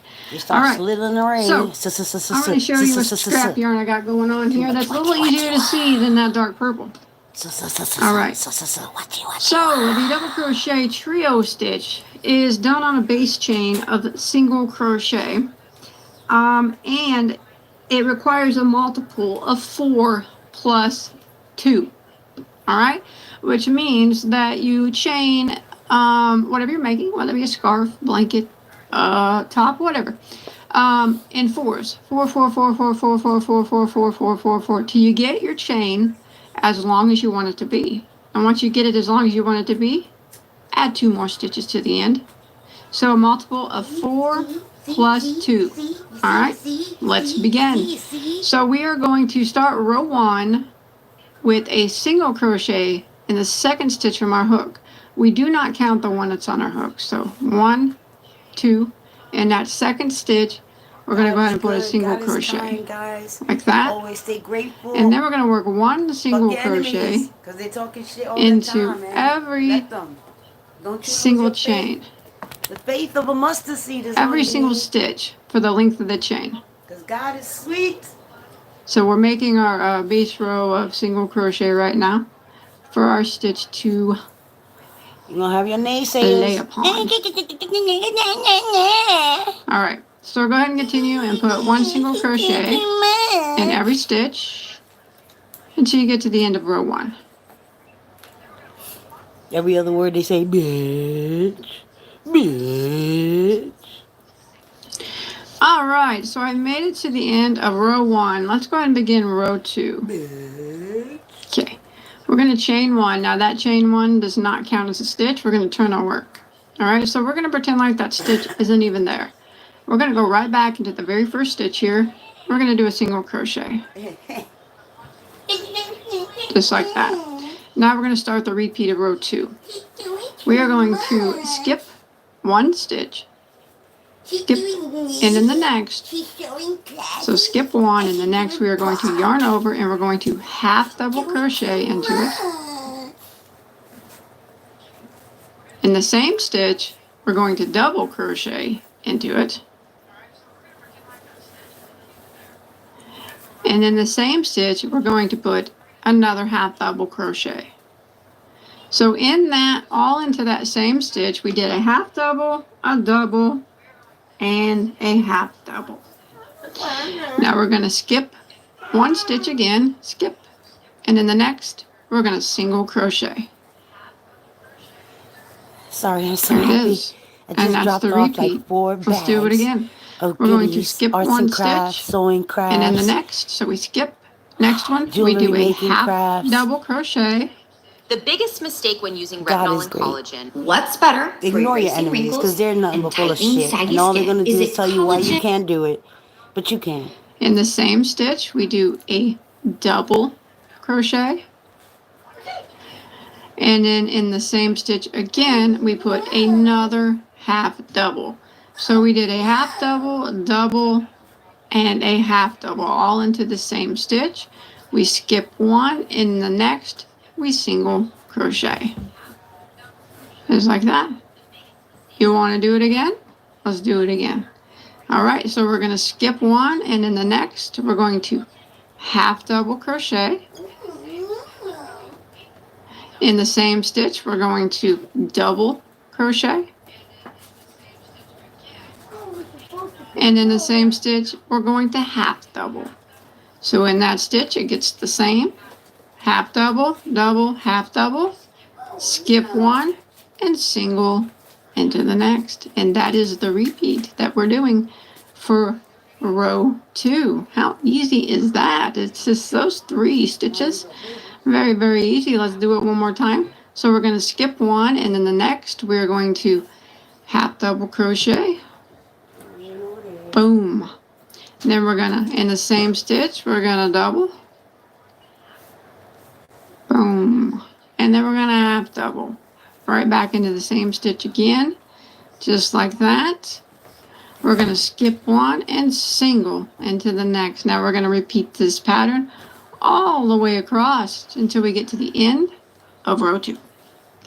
All right, coming to the end of row 2, you should be able to end in a complete repeat.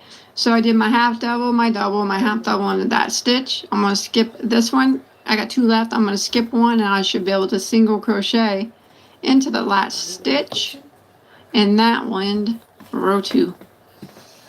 All right, so rows 3 and 4 are the repeat rows, and they're very easy and they're very similar to one another. The only difference is how you start and stop rows. All right, so for row 3, we are going to chain 1 and turn our work. Now that chain 1 again does not count as a stitch. So we are going to start out in the very first stitch, and we're going to put a double crochet into the very first stitch. Double crochet. Also into that same stitch, we're going to put 1 half double. So that's all that's going into that very first stitch, is a double and a half double. All right, now what we're going to do is skip 1 stitch and single into the next, and that will actually be the middle stitch of that group of 3 from the previous row. It'll be that double crochet that's in the middle. We did a half double, double, half double. That's that half double that we're hitting, that we're putting that single crochet in. All right, and you know this starts to repeat a row of row 3. So again, we're going to skip 1 right here, and in the next stitch, which is actually the single crochet from the previous row, and to that we are going to work our half double crochet in the same stitch, our double crochet in the same stitch, our half double crochet. So the same thing we did before, just in a different spot.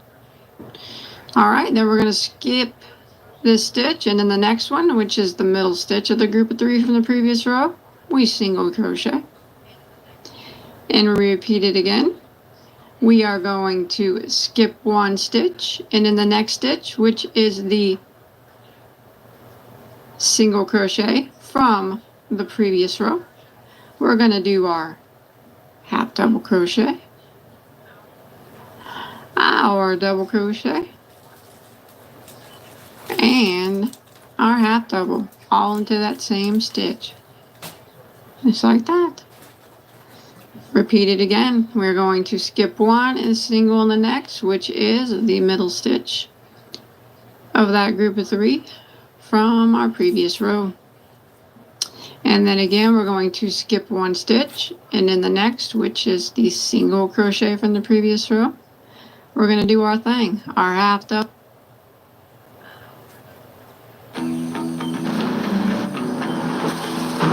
7 drive modes, Nissan Pathfinder can go pretty much anywhere.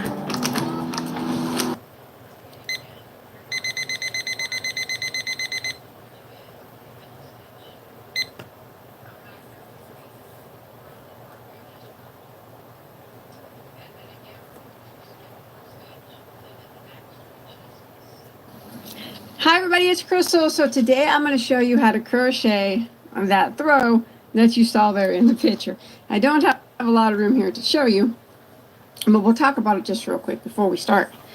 So this is made with a diagonal cable stitch. It's very, very easy. So don't think that you can't do it, because you can.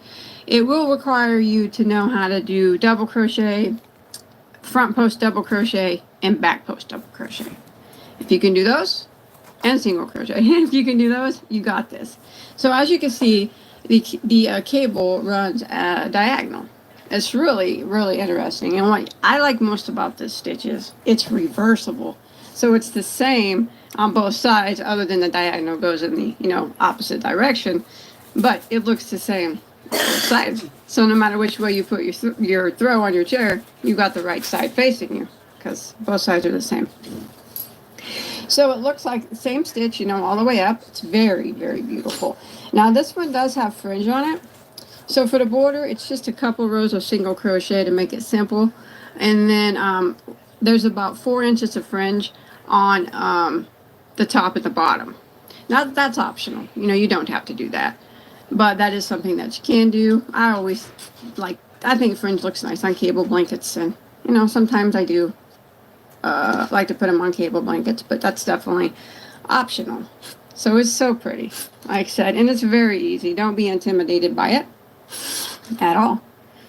It looked pretty on the chair, didn't it? It's going to look pretty in your house too. It's beautiful. Here's the fringe up here at the top. All right, now let's go ahead. I'm going to set this to the side, and we'll talk about the size of it and the yarn that was used, and all that jazz. All right, so that particular blanket right there, with the fringe, if you count the 4 inches of fringe on the top and the bottom, it's 50 by 72. Now without the fringe, it's 50 by 64. So that's an average size throw. Now if you look in the description box and the comment section, I'll put it both places. I'll give you a chain amount and the yardage to make it baby blanket size if you'd like. And I'll also give you this stitch multiple in case you want to use this for something else, or make maybe like a king size or something like that. So look in the description box if you're interested in making it baby blanket size, and it'll have all the details for that as well. So for the yarn that I used was Red Heart Super Saver, which is a 100% acrylic medium weight number 4. Now you don't have to use this yarn. Any medium weight 4 yarn will be just fine. Now this isn't the color that I used. The color that I used was called Soft White, as you can see. Soft white. Any color though is going to look amazing. So for the particular size that I'm making, the with the fringe, the 50 by 72, that's counting the fringe, you're gonna need about 8.5 balls of this. All right, now, and that it is a bit of a yarn eater, but my gosh, is it ever beautiful. So there's 364 yards, or 333 meters per ball.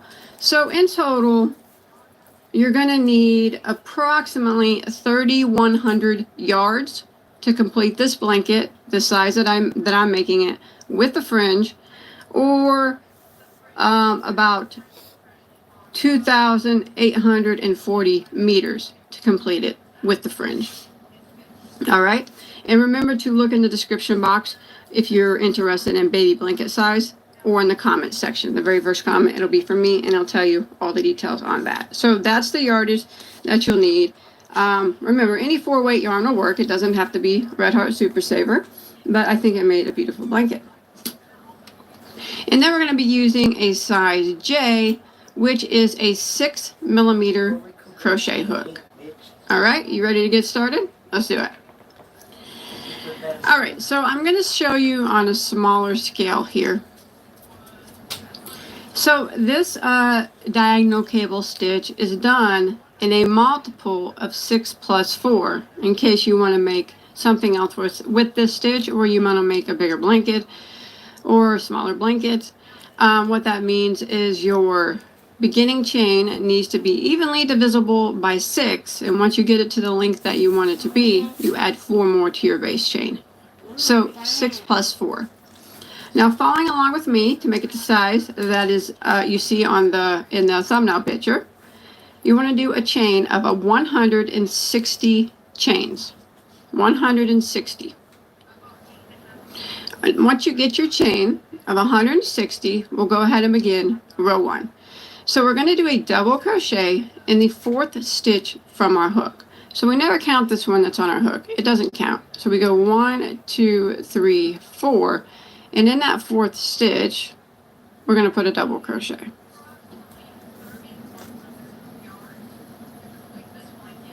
And then we're going to work, and we're going to put a double crochet into every single stitch of the chain.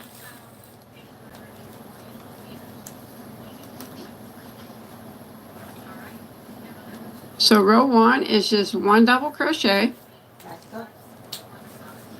in every stitch until we make it to the end of the row.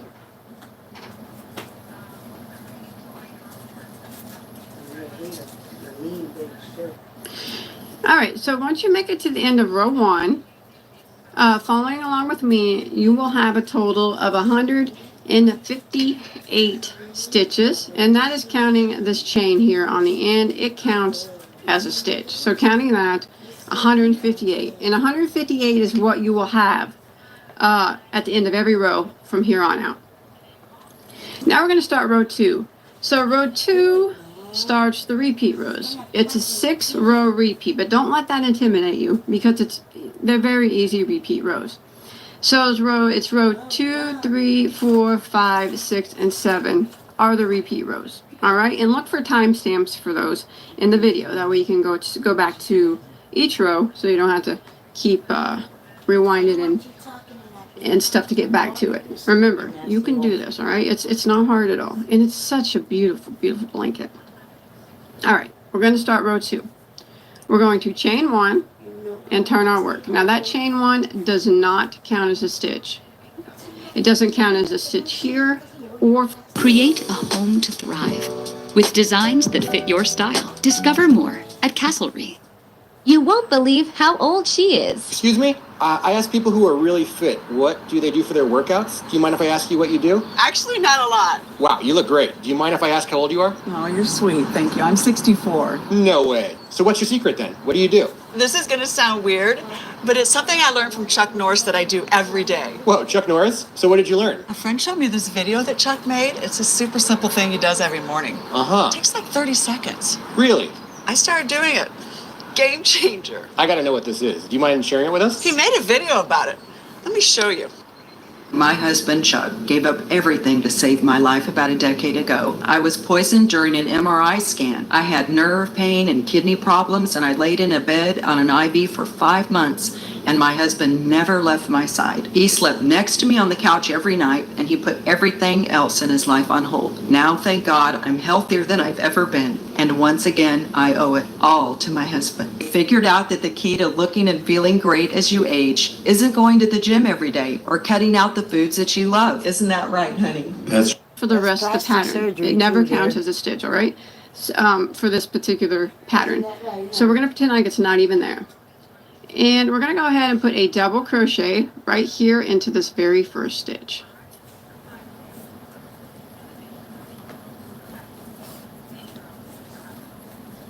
Just like that. Now we're going to start the repeat for row 2. So we're going to put a front post double crochet into the next 3 stitches. So this one, and this one. All right. Front post double. So we're going to yarn over and we go around the post of the stitch like that. And then we just do a double crochet like normal. So it's just a regular double crochet, but instead of working it into the top of the stitch, we're working around the post.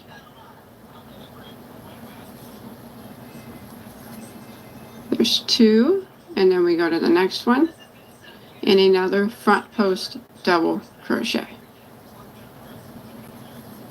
Just like that. Now we're going to work 3 back post double crochets over the next 3 stitches. So the back post, we yarn over, and we go and we take our hook and we go around the post from the back. That way the post is on the back side of our hook. See that? And then we just go ahead and do our double crochet like normal. I always say the back post is a little bit trickier than the front post, but once you get it down, it's easy. So again, back post double crochet around the next.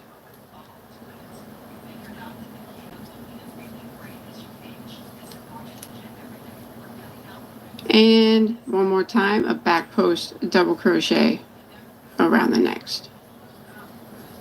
And that would be the repeat for row 2. So we'd start again and we put a front post double crochet in the next 3 stitches. So there's 1 front post, and then the next one, that would be 2 front posts, and the next one, and that would be 3 front posts. And now we do 3 back post double crochet, 1 in each of the next 3 stitches.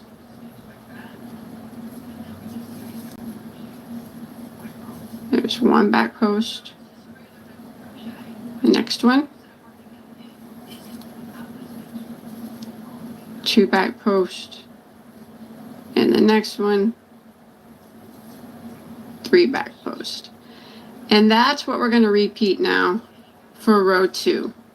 3 front post double crochet and then 3 back post. 3 front post and 3 back post. And we're going to repeat that pattern until we have 1 stitch that remains. So I'll meet you at the end when we have 1 stitch left. Alright, so I'm coming to the end of row 2. I just did 3 back post double crochets and I have 1 stitch left here on the end. It's actually that little chain there. So we're going to go ahead and do a double crochet into the top of the last stitch. Just a regular double crochet. And that'll end row 2. And if it starts to be all twisty and looking funny, that's okay. It'll start to lay straight the more rows that you do. And you'll start to be able to see the diagonal formation the more rows you do as well. So let's go ahead and start row 3. I'm looking for a board for my daughter. Amex founded Small Business Saturday to make an impact. Because for every dollar you spend at a small business, an average of 68 cents goes into making your community better.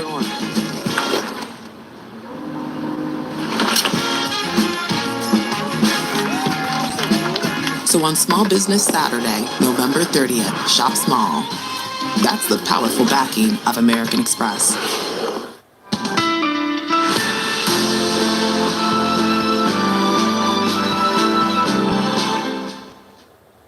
This thing?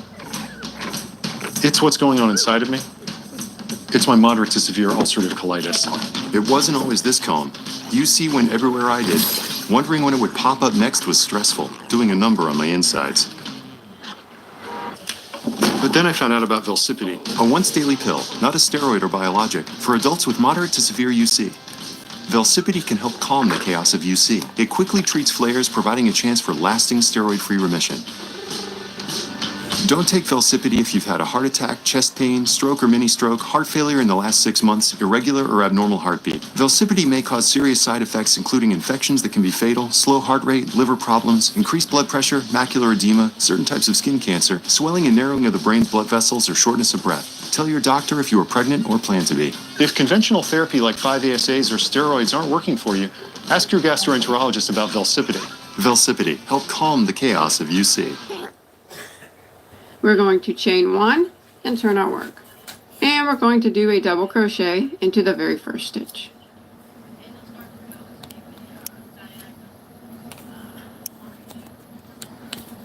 Like that.